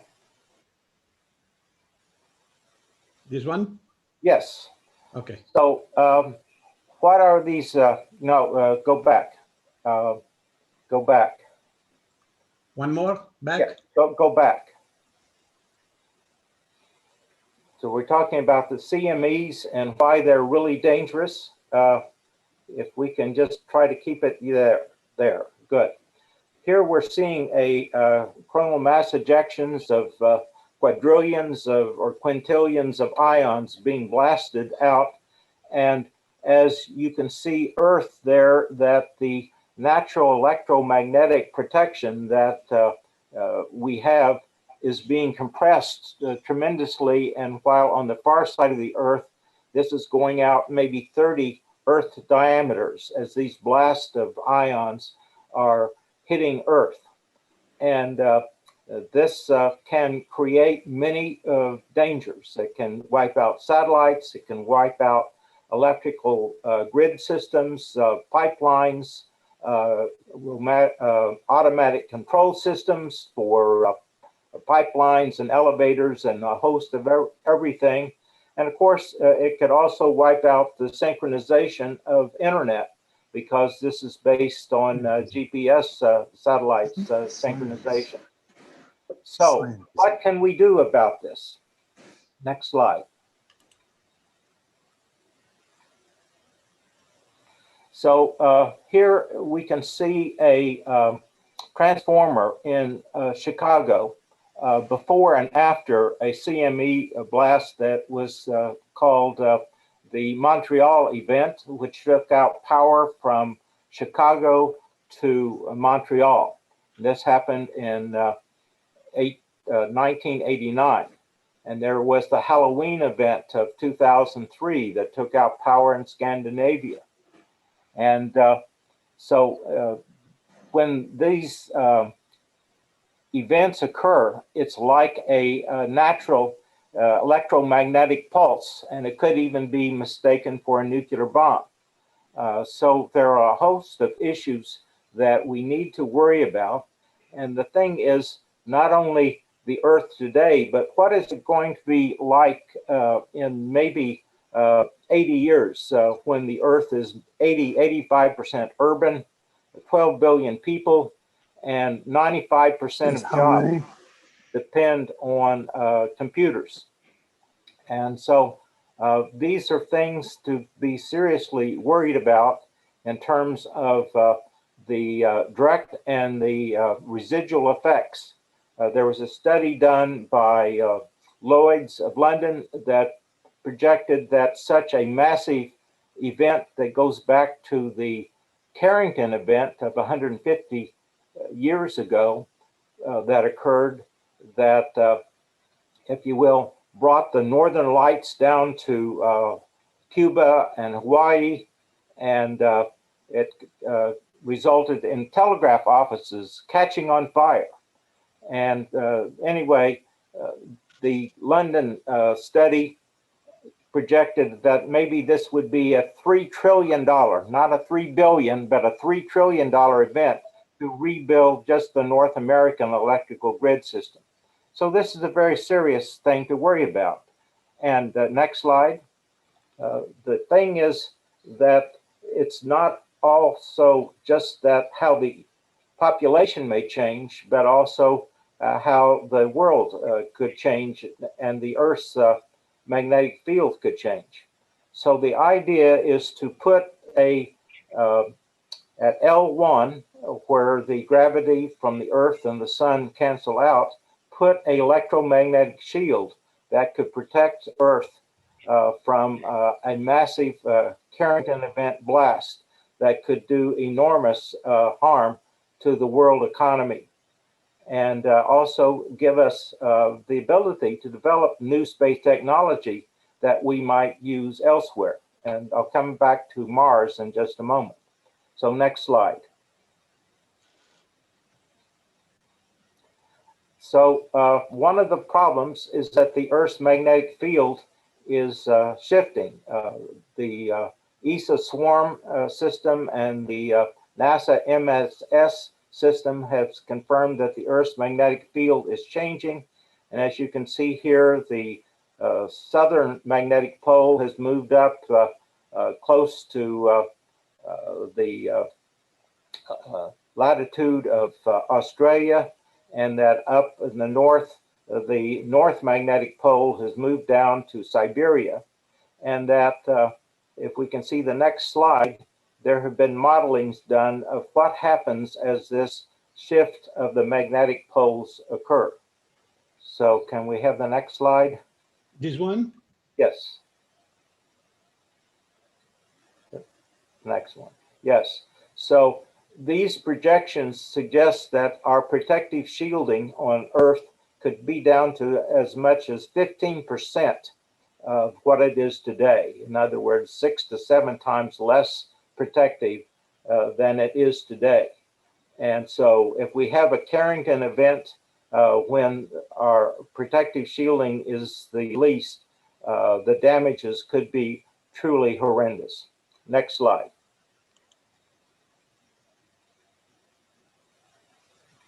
So the idea is to create maybe 1 to 2 Teslas of magnetic shielding that could protect Earth from these blasts.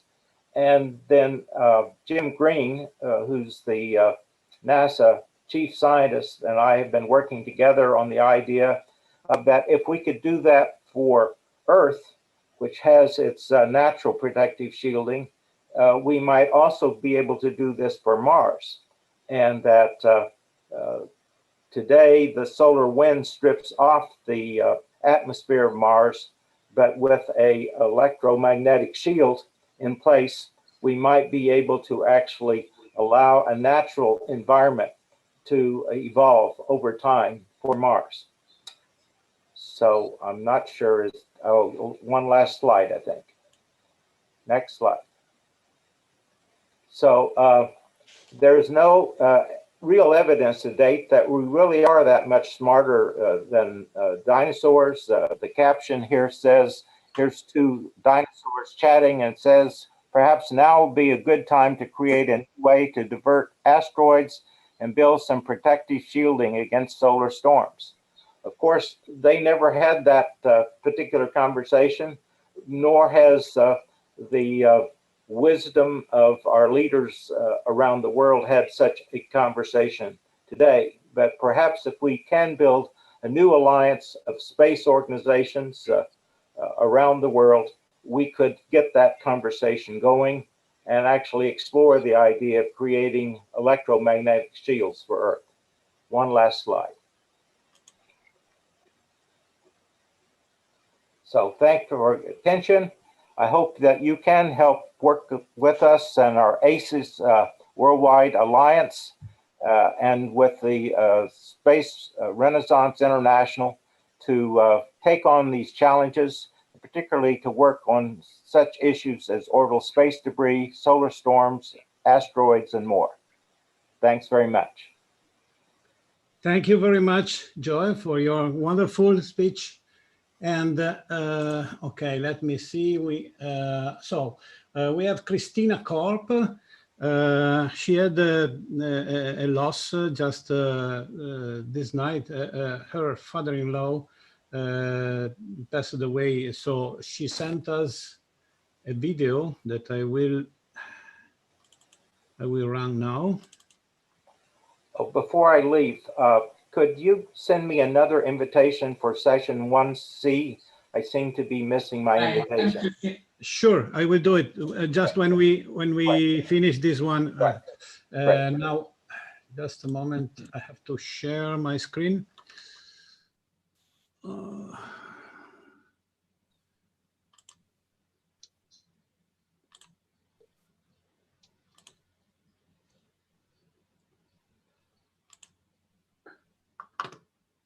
Hi, I'm Christina Korp. I'm known as the Astronaut Wrangler, and I am the founder of Purpose Entertainment and co-founder of Space for a Better World, which is a joint venture with my partner, Sophie Williams in the UK, to try to do projects, adventures, activities, things to inspire the public about space and the ways that it can contribute to making a better world.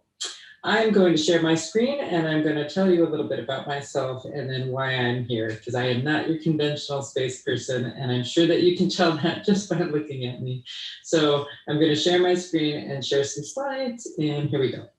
So Space for a Better World. I really believe that space is the key to solving the UN's Sustainable Development Goals. And if you don't know what they are, go look them up. There's 17 goals that they want to try to achieve by 2030. But let's back up for a second and you explain who I am. So for years, I was a professional singer. I toured all over the world, and I eventually ran a record label, radio show, production company for an American celebrity named John Tesh. Music was my whole life. I produced concert TV specials, and I was a performer, and I was proud to start this syndicated radio show. But I was really burnt out and I really needed a break. And so the funny thing about this image of me on stage singing for 40,000 people is only 6 months later, I started working for Apollo 11 astronaut Buzz Aldrin. And that partially was because the music business was a feast or famine type of lifestyle. And also I was just ready for a change. I took this job thinking of it as nothing more than a job, but it really made a huge impact on me, being the fly on the wall of Buzz Aldrin's life. And not only seeing and meeting with lots of very high level people in the space world, but also seeing the inspiration and the impact that space and the Apollo missions especially made on the minds and hearts of a generation. It also spurred on innovation. Getting to see this image over and over, Earthrise, this photo taken by Bill Anders, it also really touched my heart and the hearts of people from that time. And I wasn't born when the Apollo missions happened. But I also now, of course, having been exposed to it and getting to know the Apollo guys really well, you know, it really touches me every time I see this image, because it really drove home the fragility of our planet, how precious it was to take care of it. And I think that that's a perspective that space gives. A lot of times people in the space world kind of forget a little bit about. We're always looking outward, always looking out into space, going further and farther away. But I think one of the most valuable things we've gotten out of the space program is the perspective that it gives us of looking back, which of course is the overview effect. So Buzz Aldrin on the moon is the most iconic photo from the Apollo missions. And so I've seen this photo so many times, I can't even count it. This photo really symbolizes what the Apollo missions did, which is to do something impossible, put a human on another celestial body in the heavens. And I think that this image really struck home to people's hearts about trying to pursue something that they didn't think was possible before. And also the way that they achieved this, even though it was driven out of the space race, what it really did was open up people's hearts to achieving what was considered impossible dreams. It touched people in a way that this generation now can't understand. But I think that the Artemis missions, the next missions to the moon, and to put the first woman on the moon, has the potential to have the same impact that Apollo 11 had in 1969. One of the things that really struck me, and from all the years I worked for Buzz, multiple times a day, having people walk up to us to tell us their moon landing memories. And then of course, hearing Buzz's perspective and Michael Collins as well, who I knew, and Neil, which was when they went on their goodwill tour after Apollo 11 landed on the moon. It was a very difficult time. The civil rights movement was going on, the Vietnam War was raging, and yet the world stopped for this amazing accomplishment of landing on the moon. So they said when they went around the world, everywhere they went, there were signs that said, "We did it." They said they knew it didn't mean them as three guys, just three guys having gone to the moon, but that they represented humans achieving an impossible dream. And that inspiration is what created the game changers of today, the Richard Bransons, the Elon Musk, the Jeff Bezoses, the people who are changing the world, but are also always looking outward and very, very involved in the space world. So in January of 2020, I had been working for the Aldrins for over 12 years at this point, and I was asked to come and speak as a woman in leadership, to speak about space inspiration and space education. While I was there, though, I was very interested to see, though, how little awareness there is of the impact of space on the outside world. The space people in general live in a bit of a bubble, working on very important technical challenges and looking outward constantly about what's possible.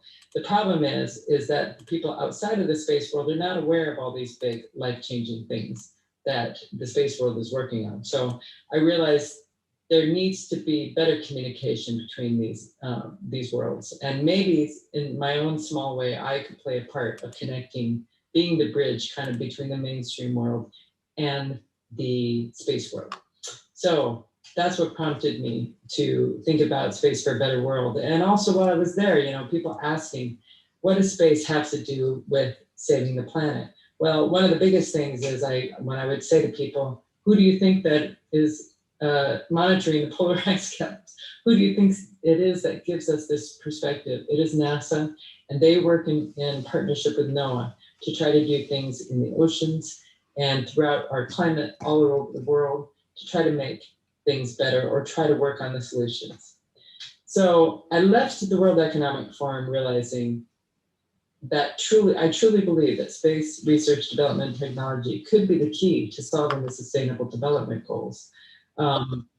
If the people who have the resources, the funds, and the access to making big changes actually look very, very, very focused at the space world, I think that they could find a lot of the solutions are within the space technology realm. And that seems obvious to the space people, but to the people outside of the space realm, it is not obvious at all. There is very little understanding that solar panels evolved from the space program. People take for granted that they have a cell phone in their hand or that they use GPS every day, and they don't have any recognition in general that those are from or being constantly, they're being taken advantage of. And it's the space program who's managing it, people in the space world who are actually enabling that, this comfort in the world. And so that's, again, another way I think if somehow we could try to bring the world together to have a better understanding, then I think a lot more people would support space.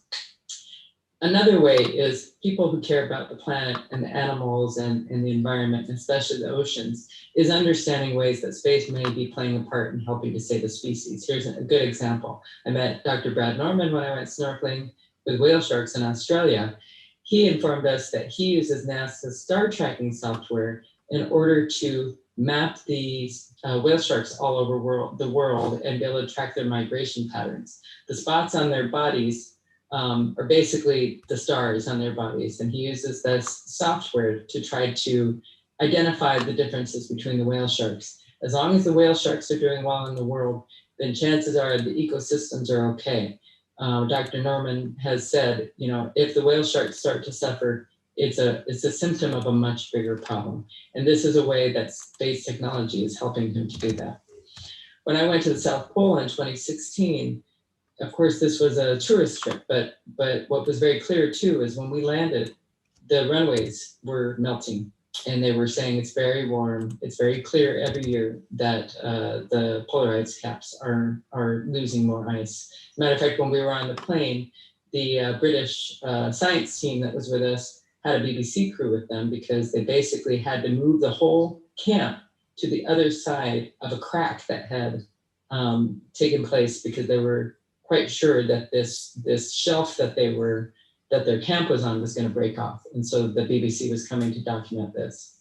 So seeing this up close really kind of also drove home to me, wow, there's some amazing things that are not great, that are kind of scary, that are coming on in the world. And we see a little bit in the news, but when you actually come and see it firsthand, it makes a big difference. That gave me the idea me and Sophie, to try to take people and do experiences that maybe would take them up close to see it firsthand. Now, obviously, this isn't possible for everybody. Some of these activities are very expensive, but that's kind of the point too. The people, again, who have the resources, the funds, to take them, they have a lot of power to do things in the world. And if we can take them to see some of these things up close, they may actually want to contribute in some way. Experiencing an awe event makes people more kind and generous and more giving in the world. The studies are showing that. And so if I, in my own way, can take people to some of these adventures, whether it's zero gravity flights with Apollo 16 Charlie Duke, whether it's going to Antarctica with astronauts, whether it's going to see the migration of the fish on the coast of Africa, or to challenge you deep to the bottom of the ocean. If somehow this gets people curious enough to do something in the world, hopefully then I can also point them to the space program, to space technology, to see if any of those things can be a contributing factor to trying to make a difference in the world.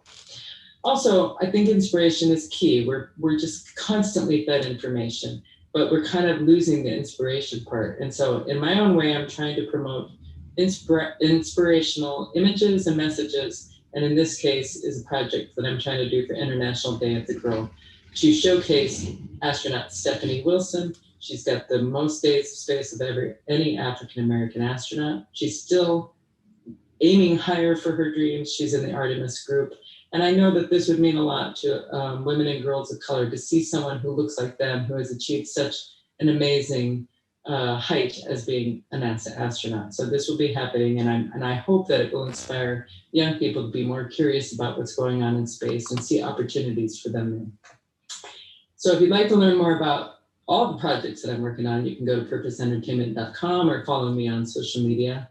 And ultimately, I really hope that people understand that I know that I'm not the traditional space person. I'm not the people who can stand up here and give a lot of technical information, but I believe in space. I believe that space is worth investing in. It's worth bringing more allies to it. And in my own way, I'm hoping that I can inspire more people to want to get involved in the space program, especially women and girls, especially people of color, or those who feel like maybe there isn't a place for them in space. There is space for you in this space world. So thank you very much.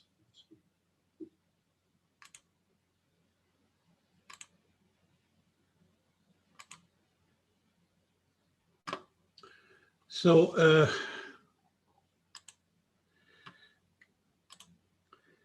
thank you, Christina, and we send you our condolences for your loss, and thank you for sharing your view about space with us. So now we should have Giacomo Cao, and then John Blincow. I see him here. Hi, John. We're going to the last two speakers. Giacomo, if you're ready, you can have the floor. Thank you, Adriano.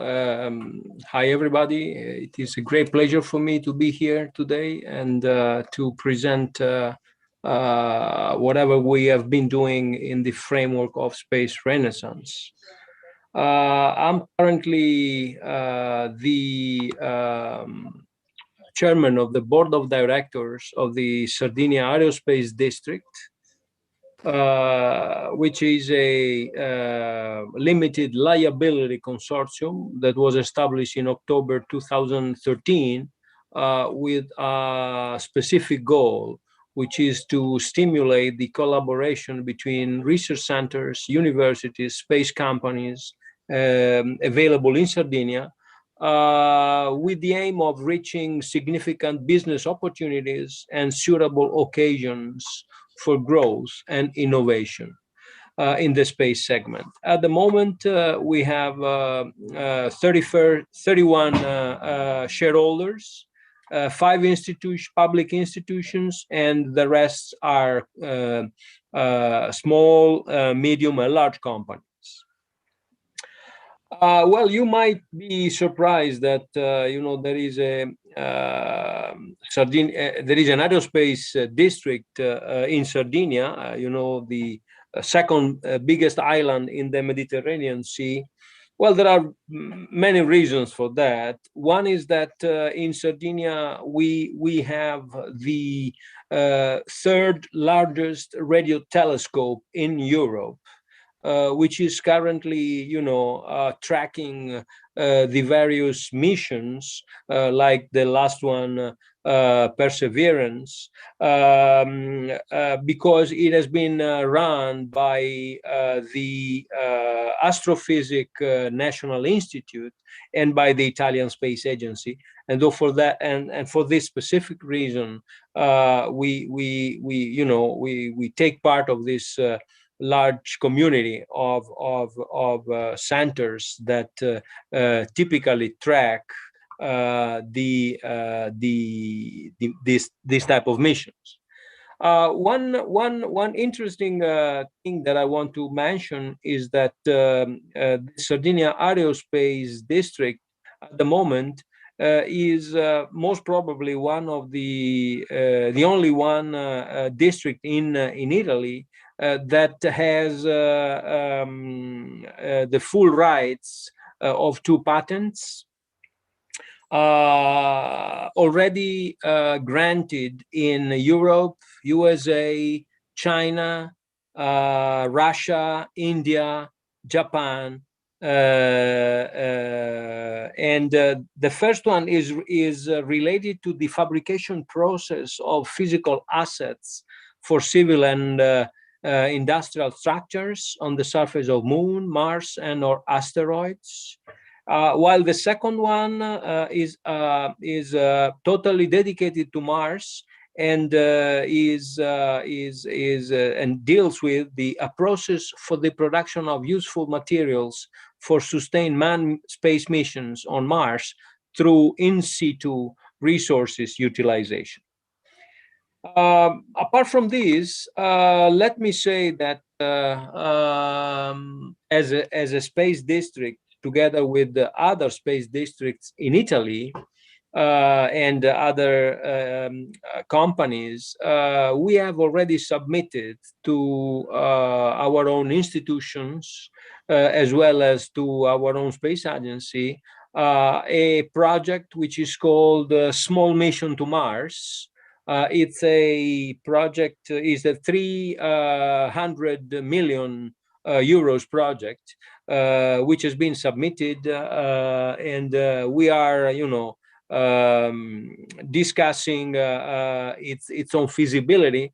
So the idea is to reach the surface of Mars with a lander. It's an entire Italian project at the moment, but we are of course open to the possibility of having more other countries together with us. So first of all, the objective is to reach the surface of Mars with a lander, using, reaching the surface of Mars using the Italian launcher. Then one of the other objectives is to put a CubeSat in orbit around one of the moon of Mars, particularly around Phobos. Then we would like to carry 3 payloads. First one is related and is very much related to the one of the patents we have, which is the production of physical assets using in situ resources. Then we would like to run an unmanned vehicle, aerial unmanned vehicle, to demonstrate the capability of autonomous flight on the Mars atmosphere. And we will also have a payload which is related to the analysis of the soil and also to demonstrate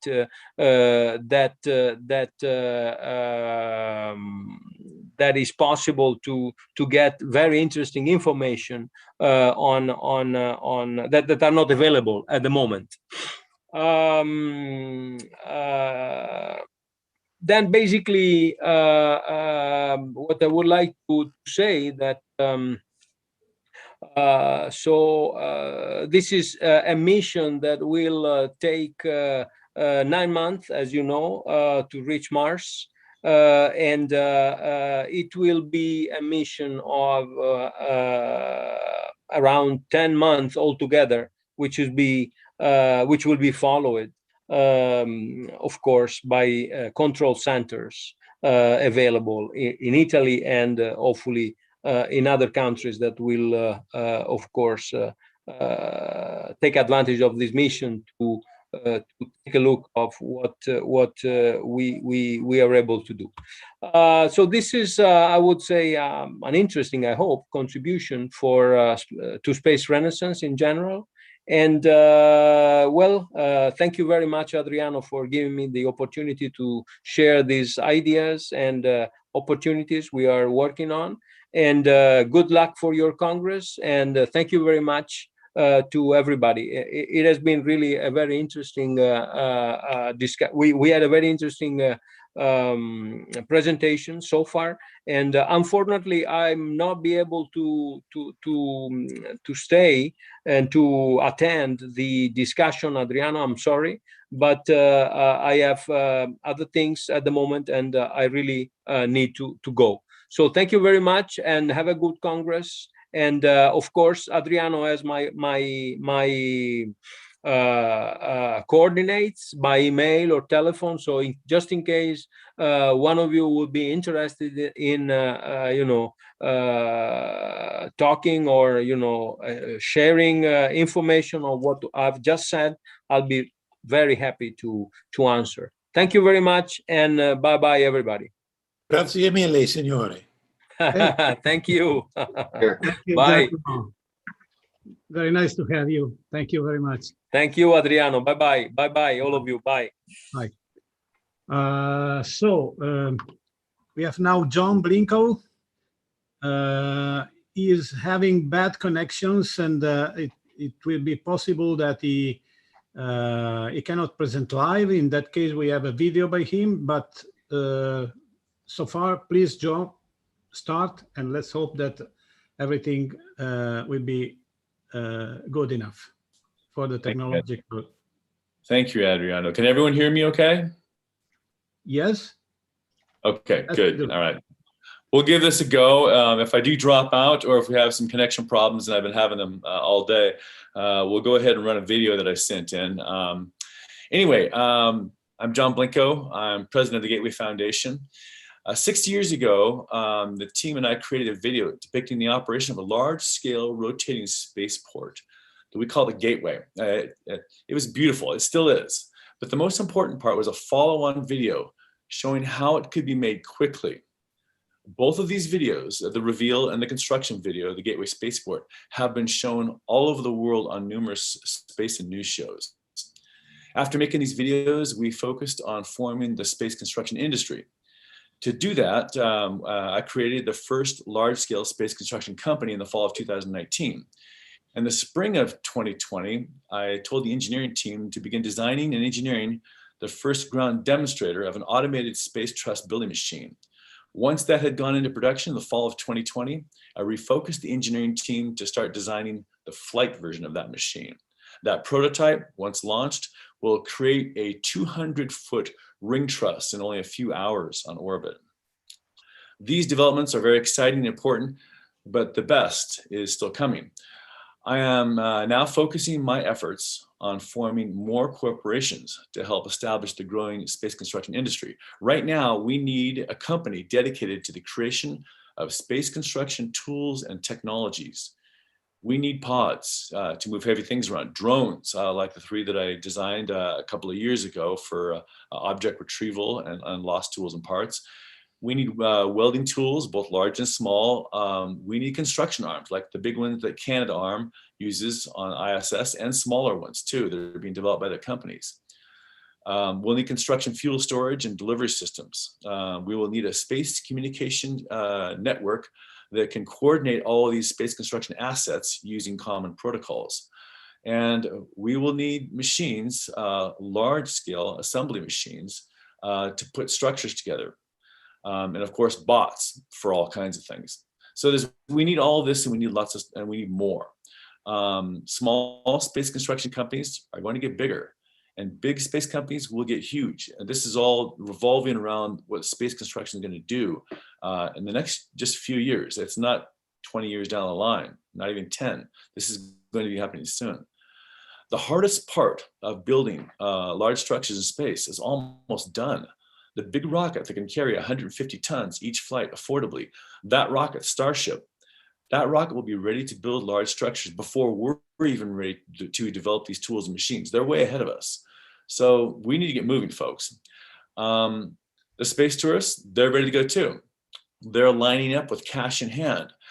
And when people are ready to throw their money at you, things can start to happen fast. All you have to do to get that money flowing is to do it right. I believe that there is no sector in the space industry that will have more growth potential than space construction will in the next few years. I believe that the investors who fund the companies that build these tools and machines, they will become the billionaires of tomorrow. I'm not a long-winded person, so I'm going to go ahead and wrap this up. In the fall of this year, the Gateway Foundation will create a series of videos showing how we're going to fundamentally change the way the average person can visit space. Right now, when middle-class people think of visiting space, they're thinking, you know, not even 10 years off, maybe even longer than that. But that's going to change. By Christmas, I believe that that attitude will fundamentally change forever. Stay tuned. It's coming. Thank you. Thank you, John. Thank you very much.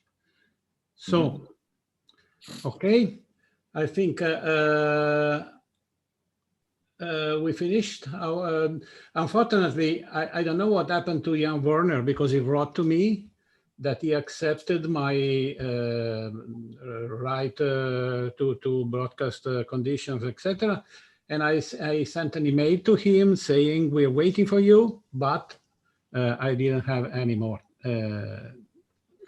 from him. So now, if you like, yes, this was a long session, of course. If you like, we can have, let's say, 15 minutes, 20 minutes for an open discussion among the one who remained with us. So it's up to you. Who wants to talk first? I will just offer the issue about putting a CubeSat around Phobos and Mars, that in 1969, we had the, 1972, the last Apollo launch and the voyage beyond Apollo. And Neil Rusick, who has something like 30 patents that work only on the moon, talked about how to play baseball on Phobos, which is that you throw a baseball at 30 miles an hour, and then 30 minutes later, you have a bat and you hit the ball back the other way. So it wasn't a it was an interesting concept that Neil Rusick set forth.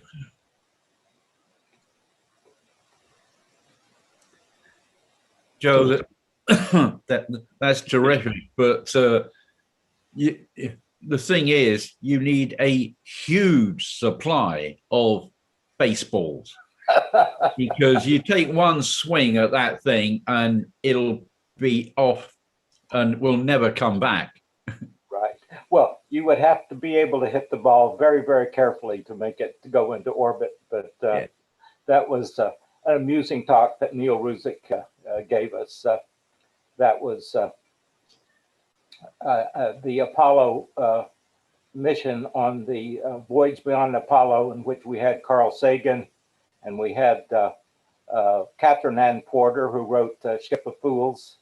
Yes. And we had Isaac Asimov and Richard Heinlein. It was a truly wonderful experience in 1972.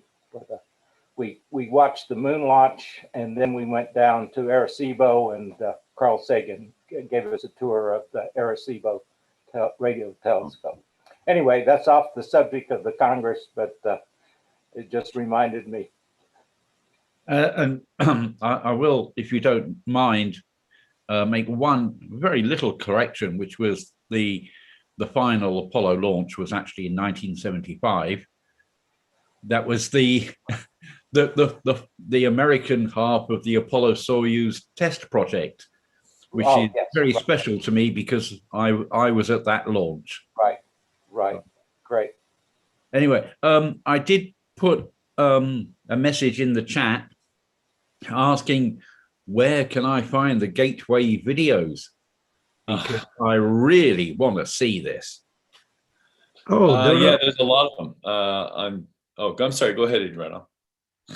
No, John. You know it better than me. I know that there are many on YouTube. Therefore, it's I think it's enough to search on Google and YouTube to find them. But however, you can give maybe the proper links.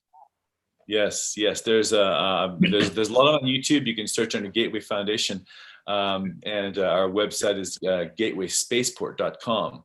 But the videos I was referencing to are ones that we're going to be coming out with in the fall of this year, showing some of the latest developments of what's going on in space construction. Because I think there's going to be a shift of technology.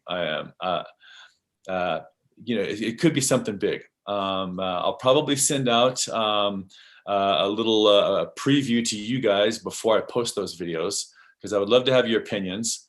I would love to have feedback also on what's going on. But the tool development is really critical in space construction, of what kind of tools that you can use.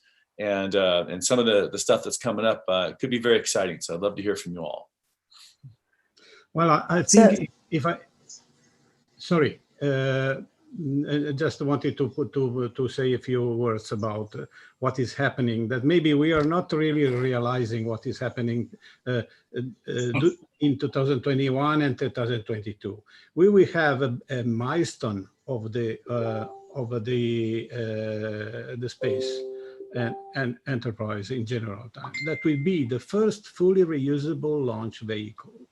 That it will not be a small one. It will be a big starship that will bring people and materials in orbit for a price. This is the really important thing, for a cost that will be very, very lower than what we have and what we had with the spendable rockets. This is something that all the space advocates are waiting since at least 40 years. This thing will be the real revolution that will bring the cost of a seat to orbit lower than 1 million. That means that we can send workers in orbit to make things, not only automated mechanism, but people that can see what is the environment, what are the problems, and resolve and apply the human creativity and the situational awareness and everything we know that humans can do very much better than machines, and to start building the space infrastructure and the space industry, and starting to recovering the space debris, and starting to make them, to reprocess them, to make powders for 3D printing. So I believe in this year, but maybe better next year, we will see a full revolution, and an unpredictable revolution that we are not seeing anymore what it will be. But Autino, you've got an interesting point there, but it actually goes much further than I think you realize. The transportation to low Earth orbit coming down in cost significantly indeed is transformative. But when you look at the play out of that through cislunar space and getting payloads to the moon, we're talking about potentially cutting the cost between 3 to 4 orders of magnitude. Yeah. It is utterly and totally transformative in terms of, what is, potentially economically viable in terms of infrastructure.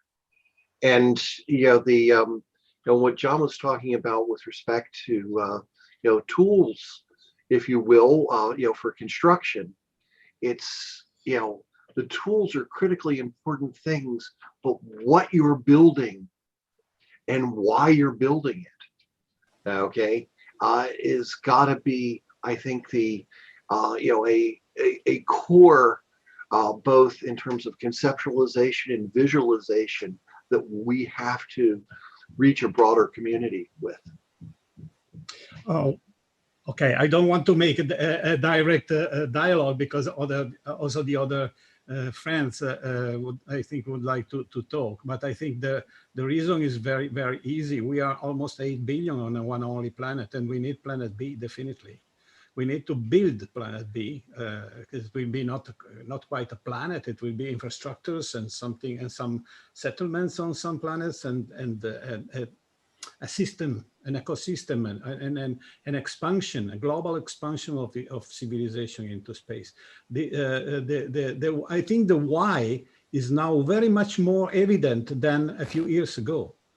And it is more evident because we had COVID, and we had climate change, and we have such terrible things happening in our closed world. And the point is that Mother Earth is time. The biological clock says it's time to give birth to a baby solar civilization. And the stake is an enormous jump, an evolutionary jump in the Kardashev scale from type 1 to type 2. And the risk is an abortion of this process that will be very, very dramatic and probably irreversible if we don't size the time, if we don't profit of this moment that is the really relevant, the key moment for starting, for kicking off the space settlement. The choice is ours to make. So this is Corrinne. There's a lot of wonderful points and things that we're talking about today. And, I think the possibilities, like I say, they're just mindless, they're limitless. And I think part of it, what we need to do is also think in terms of, FAD creates industries, and you have to filter out some of those abstracts or those pieces. The other bit is to just think in terms of entrepreneurship. When we do our studies, this is just basic research. You will see the things that people need and what are the things that they can buy into. And I think that's how you start to build, because there are lots of fantastic ideas, a lot of things we talk about in terms of education, commercialization of technology, technology transfer, as well as advocacy, diversity and inclusion. So I think we need to start thinking about, many of you, if not all of you here, have your own businesses, but I think you need to start working on those aspects of, what is the value add, and start to make it happen. And I think we need to make sure, like, events such as these are something that they're out there and more people are able to really dissect or understand what this means for them and how they can become involved. You kind of have to get it down community based. I know there is, the cost factor, but there's a lot of people with money who are looking into investing into things. So this is great. Great conversation. And I'm going to go, Adriano. I also wanted to make a last mention for folks to join, to become a member. If they're not, I want to thank all our cheers, or sponsors or speakers. And Adriana, big thank you for everything you've done to get everything up and running, and Kevin as well, and to ensure that we're off to a great start. Thank you very much, Corrinne. Thank Thank you, Gary, for your comment. And is there anybody else want to say something? Yeah. Jerry? I'll come in. Gary, you're absolutely right about how cheap access to space will transform everything. It really will. And John, I don't know if you were online earlier when I gave my introductory piece during the opening session. Were you able to hear that? I was in and out. I was trying to get on when I could, but my internet's terrible. Right, because I was talking about the visions of Gerard O'Neill. You recognize the picture behind me, and how, because that was based on the technology, I should say restricted deliberately to the technology of the 1970s. And I had thought a few years ago that if we were to do it today, we could do it a lot more efficiently then. And I set up a project at the British Interplanetary Society to look into this. And one of the things that I mentioned is that you don't start off by building something like this. You need the space-based assembly facilities. Before that, you need the space-based component construction facilities. And before that, you need the space-based material processing facilities. It's pretty much a bootstrap system. But all along that, you also need things set up for the workforce to live in space. And obviously, it needs to have simulated gravity. You can't have people up there for ages in weightlessness and doing this kind of stuff. I mean, they may work under weightless conditions out in the open, but really for their health and other reasons, they should certainly be under simulated gravity, at least while they're sleeping, which will be the greatest single part of their day. So we came up with, on the basis that this is an Island 1 concept, 10,000 people. There's Island 2, 100,000, Island 3, millions. We went the other way and came up with a concept of Island 0, which would be, well, I need to see your videos, but it sounds like something perhaps similar to what you're describing. Now, I'm going to be talking about this in a session tomorrow afternoon. So do please all tune in for that. So I'm not going to say much more about it just now, but I think perhaps we probably need to get together and have a little exchange of ideas. And I love your Saturn V, by the way. Sure, of course. There will be some kind of project discussion during the conference. Of course, it's very interesting and good that it happens. Good. I can just add one comment about artificial gravity. In 1987, there was the 30th anniversary of the Sputnik launch at Star City, and there were some 40 astronauts and cosmonauts there. And I think it was Lou Friedman, who was then head of the Planetary Society, who asked, do we need artificial gravity? And all of the astronauts there were flexing their muscles and say, no, we don't really need that.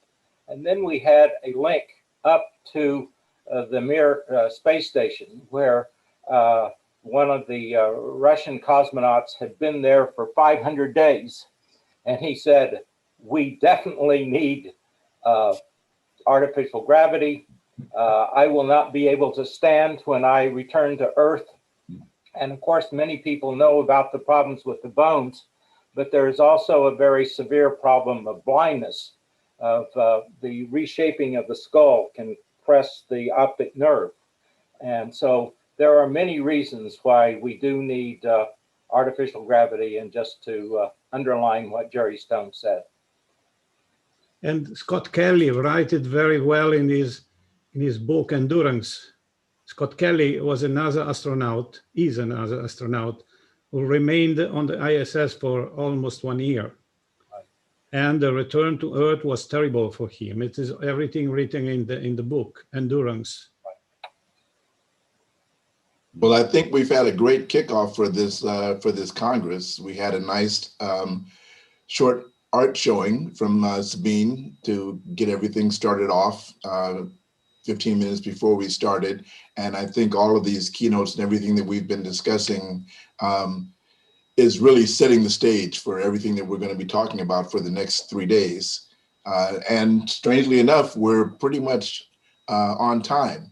So I think at this point, we probably need to close this session out so that we can get the next sessions built and get them started. Yeah, and we have 10 minutes. Agree.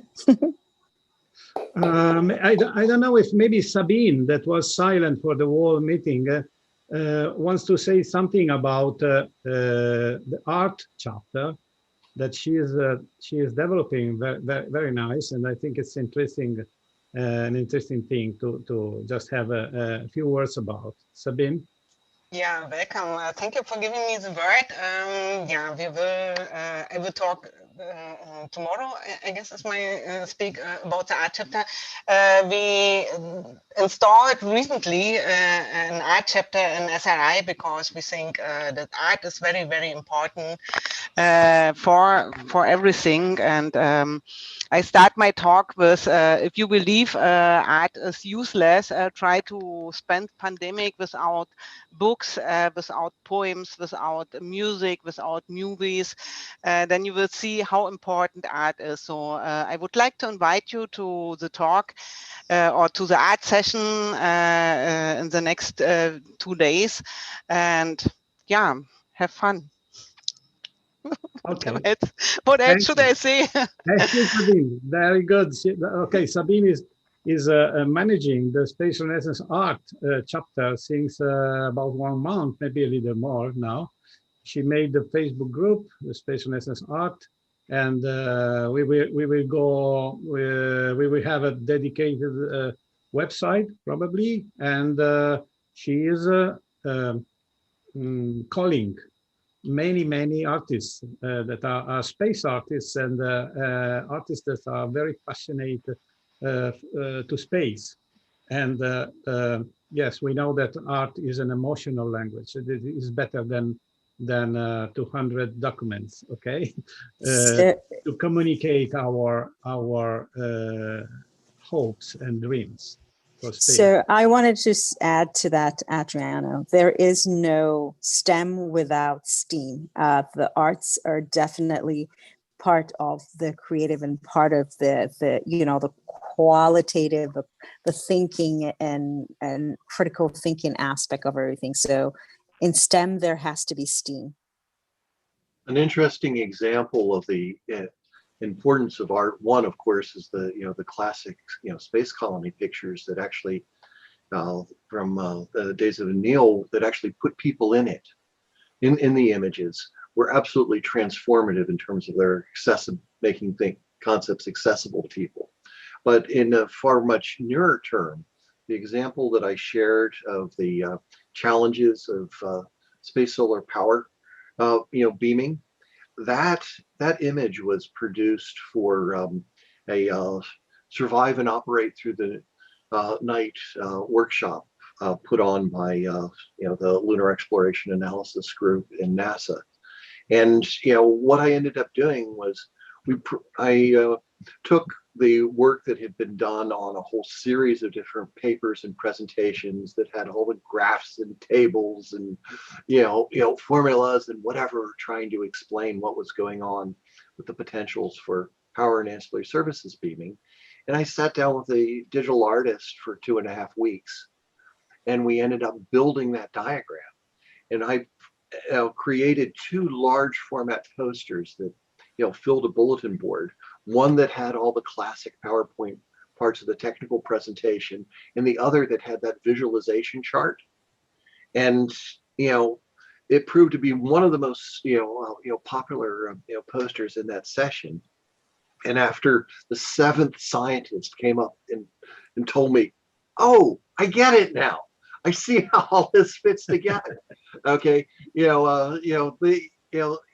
dawned on me that, that there is clearly something we've got to pay much more attention to in terms of how it is that we manage to communicate, the scope and breadth and richness of the concepts that we're trying to make manifest. Exactly. Yeah. Okay, guys. I think is nobody else want to say anything, we can close this session. Very, very rich session. I would like to thank you very much from my heart, because it's as Kevin said, it was a great opening of our Congress. So thank you very much, everybody. We're going to close the live streaming now. And Pleasure to be a part of it. Thank you all for your efforts, participation. Gary, let's stay in touch. I would like very much we find ways of collaboration between SRI and SDF, and maybe joint memberships or things like that. Absolutely. And there's, of course, also an intersection between this and Extraordinary Innovative Space Partnerships, or XISP Inc. And there's actually a very curious presentation as to what's really, what is happening in the specific technical details, which, is open for sharing and discussion. Okay. Adriano, send me the new invitation for C1, panel C1. Yes. We do it now. Okay. Thank you very much, everybody. Sure. Bye-bye. Ad Astra.